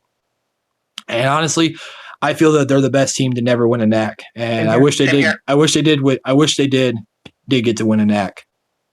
because those guys were a great team. They just couldn't get over that hump. They had a lot of internal drama, I think. But yeah, they were so talented. Like in terms of raw talent, like, Yeah, you couldn't have any of these guys. I mean, I played so many tournaments of those guys, especially against Westland and the Brampton/Toronto guys. I mean, I played those guys for a decade plus all the time. Yep. Side tournaments back in the day were always whatever team I'd end up bringing, a Westland team and a Brampton team. Yep. And I was used to playing those guys all the time. Yeah. Okay. Players. Oh, you muted, I think. Yeah, we're good. Sorry, top 5 current players. All right, so this one's a little difficult because it seems like all the players I would normally put in the top list play like once every couple years. Right. So it's a little difficult to do that, but this is what I kind of came up with. So Excalibur would be my number 1. Okay. Number 2, I have Hot Dice. Yes, Justin. Hot Dice is my number 2. I know a lot of people are probably going to be like, whoa, what's going on here? But Dice is a hell of a player. He is also a great teammate. Like, that guy will do whatever you need him to do to help the team win. I mean, I played a few tournaments with that guy, and he's probably one of the best teammates I have ever played with in 20 plus years of playing this. He's a great team player. Yep. So, and he's always consistently up there as well. You might not see it in prelims, but you look at the finals and playoffs, you'll see him up there. He turns it up. 3 would be Wolverine. Okay. Andy's always been a consistently good player. But now at these past couple of years, he's just really turned up another level, and he's just been killing it. He's been killing every tournament I see him at now. Yep. 4 would be Blue Flame. Yes, Andrea. Andrea is, as much as we like to give each other a bunch of crap, I do have a lot of respect for Andrea as a player. She has been very good for the longest time, but she's definitely been killing it in these tournaments these past couple of years. She's a monster. Number 5. One more. You might have to help me with this one. Trying to think current players. Like I said, it's hard to find players because everyone plays like once a year. Or not even that, like twice, like once every couple of years. I think names that come to mind off the top of my head is Jordan. Like he's had success, but again, he doesn't play that much, right? Yeah, he plays like once a year. I think I'm trying to find people that played like more than once in a year. You know what I mean? As much as I give him shit, I think Phoenix is he's up there. Yeah, I agree. I see his name. I look at these stats. I mean, he's been up there. We'll go with Phoenix. Okay. I would, for the record, I would have never said this if he was still on the podcast with us, because there's no way I'm going to give him that kind of props. Okay. Interesting. Something that I want to address with you. Are you the player first place tournament win ever? Obviously, we have no metrics, but you're pretty much up there, right? I think you muted. What was the first part you said? Sorry. So I think you're with the most first place, the most tournament wins, or you're pretty much up there, right? So I haven't kept track in a long time, but I remember in the late 2000s, I had a spreadsheet of how many tournament wins I had, and it was in the 60s, like high 60s.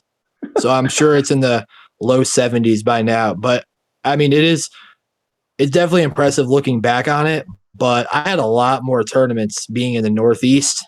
I mean, back in the early 2000s, and when I started with Rochester in 98, 99, I mean, there was a tournament every week for some months.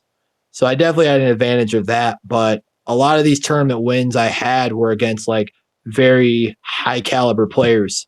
Right. Especially like some of those Vegas wins, some of those North tournament wins like Brampton 2-mans or Michigan 3-mans. Or a Hoffman 4-mans. Those were a solid tournament as well. I mean, I played against a lot of solid teams in there. Like Hoffman, both times I won had Lincoln players in there. The Vegas wins had players from all sorts of stacked players from all over the country. So I mean, there were a lot of there were a lot of good wins, and there were some wins that were kind of like, no one really knew. There maybe been like 5 or 6 teams, but I think I might have the most. But I mean, I don't think anyone's really counted in a long time. But I do remember, like I said, it was like an 08 or 09. I had a spreadsheet, and it was in the high 60s. But I'll be honest, I'll trade those all for a knack win any day of this week. That seems to be the sentiment for people who have not won knack. If not you, who do you think would be contenders for most wins? Justin, maybe? Justin would definitely be up there. I think Ben Andy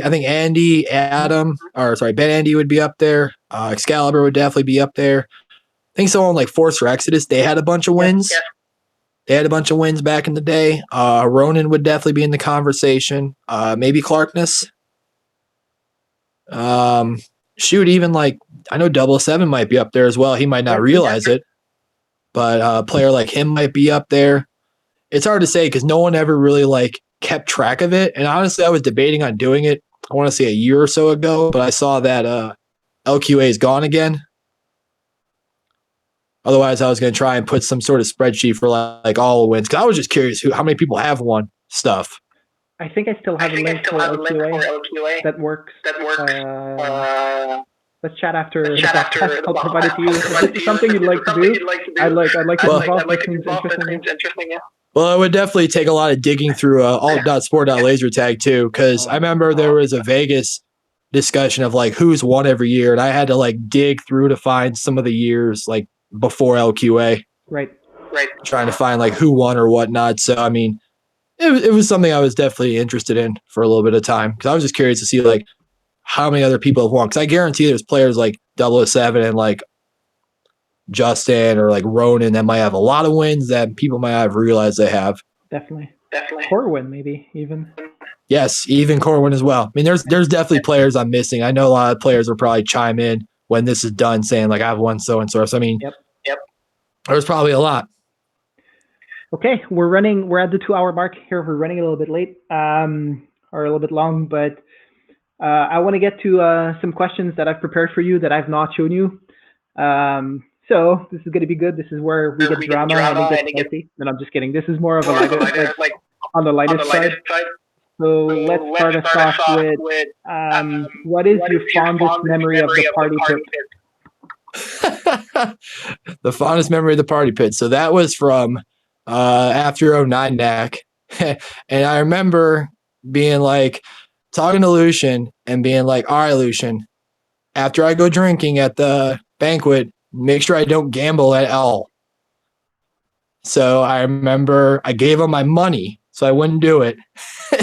And then I ended up going to the party pit after we got back from the after party. And I remember just basically enough that gave me my money. I'm going to go gamble. Party pit. He's dancing. I was like, woo, Vegas. Ended up doing that. And he ended up giving me the chips, pissed him off enough. And I ended up winning like, I want to say like $1,000, something crazy.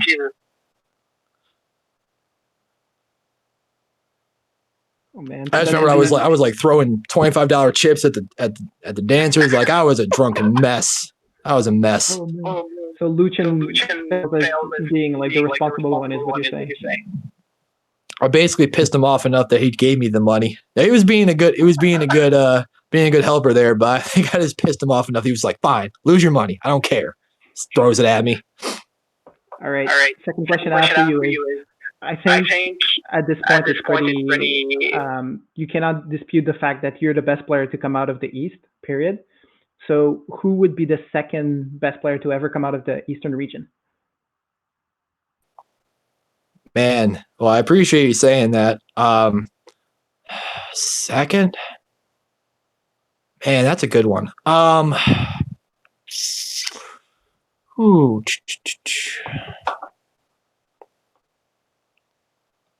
I'd have to say Voltage. I'd have to say Jordan. Okay. I'd have to say Jordan. And a really, in my opinion, it's close between 4 players. I think it's close between Voltage, Blue Man, Action, and DDR. No Russ? Oh, you know what? I did forget Russ. So let me rephrase that. He definitely is part of that conversation as well. Yeah, I would definitely say Voltage, and I would definitely say Russ is close behind that, because Russ's resume speaks for itself. Yes. I mean, all those players I mentioned have had great resumes, but Jordan has definitely given me probably the most trouble out of all those guys playing wise. And I feel he's definitely better all around, like pack playing wise. Oh yes, you would pick Russ on pack number 1 and watch him win the game, right? But yeah, Voltage is all around solid. Right. Okay. What do you consider to be the weakest team you've ever carried or won with? The weakest team I've ever carried? Or got first place with?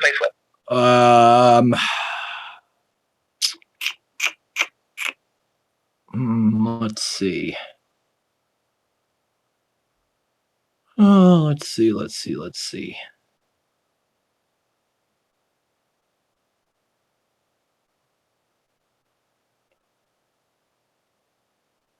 It's hard when all these tournaments blur together. Yeah, and so happens when you've been to too many tournaments. I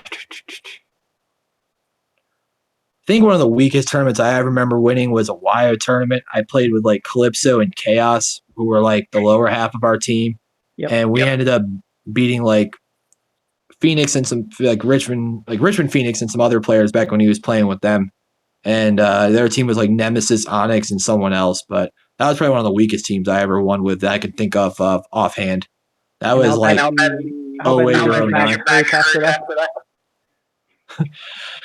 How much my back hurt? Honestly, I didn't play as well as you would think I would. It was honestly kind of a big team win. I just remember the reason why we really won was because we followed DJ Puppy around and beat the crap out of him. Okay. Like we just followed, all three of us just put him in negatives, and it just disrupted everything else. So next up, I have a question from a viewer actually. So let's see here. Lucian from Virginia Beach wants to know if you're the Michael Phelps of Laser Quest. So I've been told. But Michael Phelps won a lot of Olympic gold. I don't think I've ever been close. So this Lucian person is a fan of yours. Do you want to shout him out, or make his day? What up? # Lucian. All right. If there was one dead tournament that you could bring back, which one would it be? And why is it solo? No, I'm kidding. If there was one dead tournament, like a SummerSlam, that you could bring back, which one would you bring back? SummerSlam would definitely be my number one. That was probably one of the most fun tournaments I ever played in. That tournament always brought great caliber of teams. I just loved rumbling with people in that crow's nest. Yes. And upstairs. A close second would definitely be Hoffman. All right. Hoffman was a tournament that brought a lot of players as well. And I feel like once that tournament died, that really hurt the Laser Quest scene. Or sorry, once that center closed, I should say. That really hurt the Laser Quest scene as a whole. It just feels like who would go to Hoffman here, which made it that much more competitive, right? Yeah, Hoffman was a premier tournament after a while. I mean, there were so many great teams that went to it, and people stacked the crap out of that tournament as well. Okay. Next question. It's actually 3 questions. Who do you consider to be the best teammate you've ever played with? I want one person from the Rochester era, one from VB, and one from side tournaments. Okay. Rochester, best team I ever had was Jigga. Okay. That guy was kind of like, he would always had your back. He always made sure that I was okay in those games. Like I could always count on him being around and holding his own. He always had my back. He was always very communicative with me and everyone else on the team. Plus he would get in people's heads too. He was always good at that as well. Yes. But he was my favorite to play with on the Rochester teams. And I would definitely still play a tournament with him to this day because he was always a solid and great teammate to play with. Probably my favorite of the Rochester guys by far. Okay. Virginia Beach. Zeus will be my Zeus is my favorite teammate. Virginia Beach. He was definitely my favorite by far. He just had a real good knowledge of the game, and I didn't have to ever really say anything to him. He just could read my mind and vice versa of, what we needed to do or who needed to be tagged or what we had to do strategy.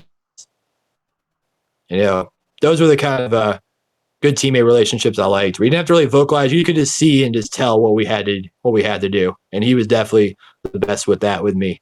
He was a great teammate to have. Okay. And what about side tournaments? Side tournaments. I played with a lot of good players. My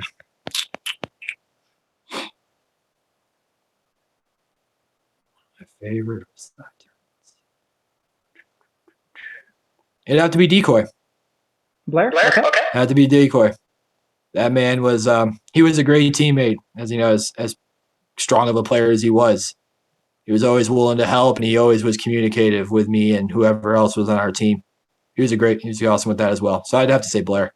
And I think the results speak for themselves too, just given the fact that you won so much success together, right? Yeah, we won a lot of tournaments together. That's probably where the bulk of my tournament wins was when we both played together for a good couple of years. So this next question might be hard just with the longevity at hand here, and given the fact that you've played so many games, so many tournaments. Is there a single game that stands out? Favorite game of Laser Quest? You said this one game? Yeah, one game that stands out. The game we goose egg Denver. Okay. I'll always remember that game. Yeah, that's I remember 100% how it all went, and I'll never forget that. That was probably my favorite game of Laser Quest ever. I mean, for a team like Rochester who had no business beating Denver, and we ended up doing it, and goose egging them at that time was just incredible. I'll never forget that game. Did you say it one more time? Did you personally get first place that game? I did not. I think Spacho got first that game. I think I got second or third. Okay. Next. So East is the only region to never have won NAC. So what I want you to do is build a 9-player NAC team with exclusively players from the East. And I'm not talking, you're not allowed to pick Brampton, because they weren't East that one year. But just 9 players from the East with pack rotation that goes on to win NAC. Are we talking double quest or triple quest? Because that matters. Let's go. Double, yeah. Okay. Let's see. You'd have to put Blue Man on there. You'd have to put Action and Voltage on there. Those 3 are definitely on there.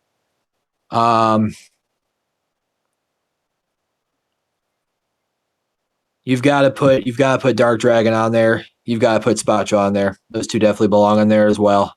That's 5. You're probably on that team, right? I mean, I can. So yeah, there's 6 right there. After that, I'd have to pick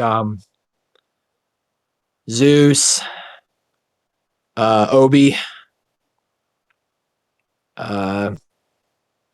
One more spot. Ooh, who do I pick?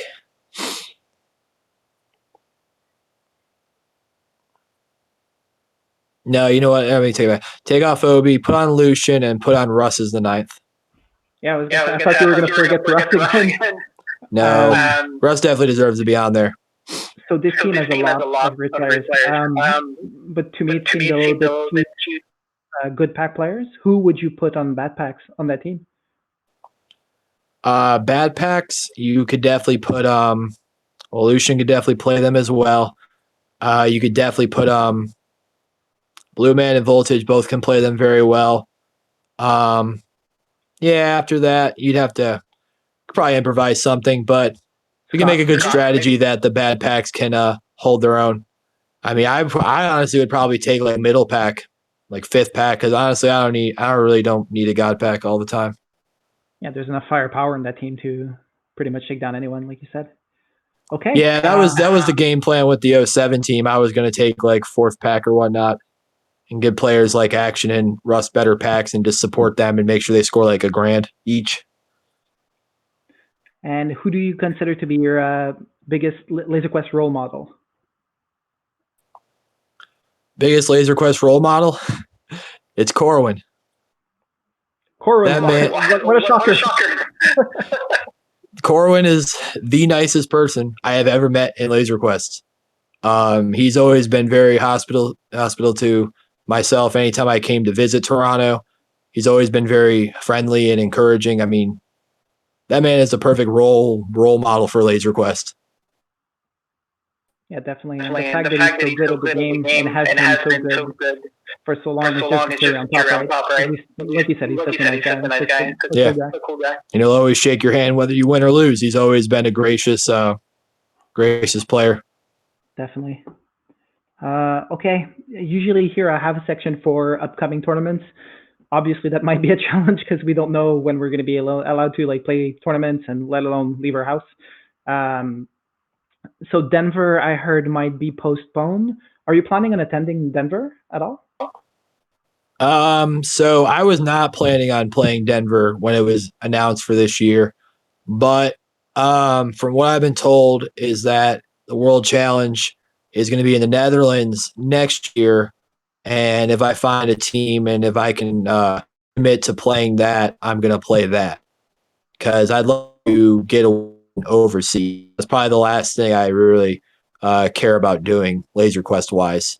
I'd really like to get an overseas win. So if we do end up going to that, I'll probably go to Denver as practice beforehand. Did you ever play overseas? I have never played overseas, unfortunately. Okay. Yeah, it'd be really nice to send a North American team to, and it's the Netherlands. Who wouldn't want to go to the Netherlands, right? Yeah, exactly. It's a good excuse to go over there, but I'd really like to win a tournament there because I've been invited and offered to go to the World Challenges in the past, but it just never worked out for me to go there, unfortunately. Most of it was money-wise. But now I can afford to go there, and I'd really like to go and do that as possibly probably my last one. Man, everyone says that, but I feel like that'll probably be my last one. Well, hopefully things pan out and you're able to go. That'd be really, really cool. A really cool experience for you.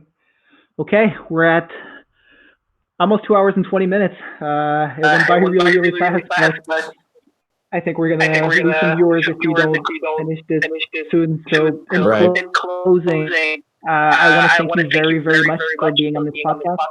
I told you before when we were chatting, kind of the format we were following was having, like one player from each region to start off with for my first 4 episodes. And I was trying to pick someone that's like the best in their region.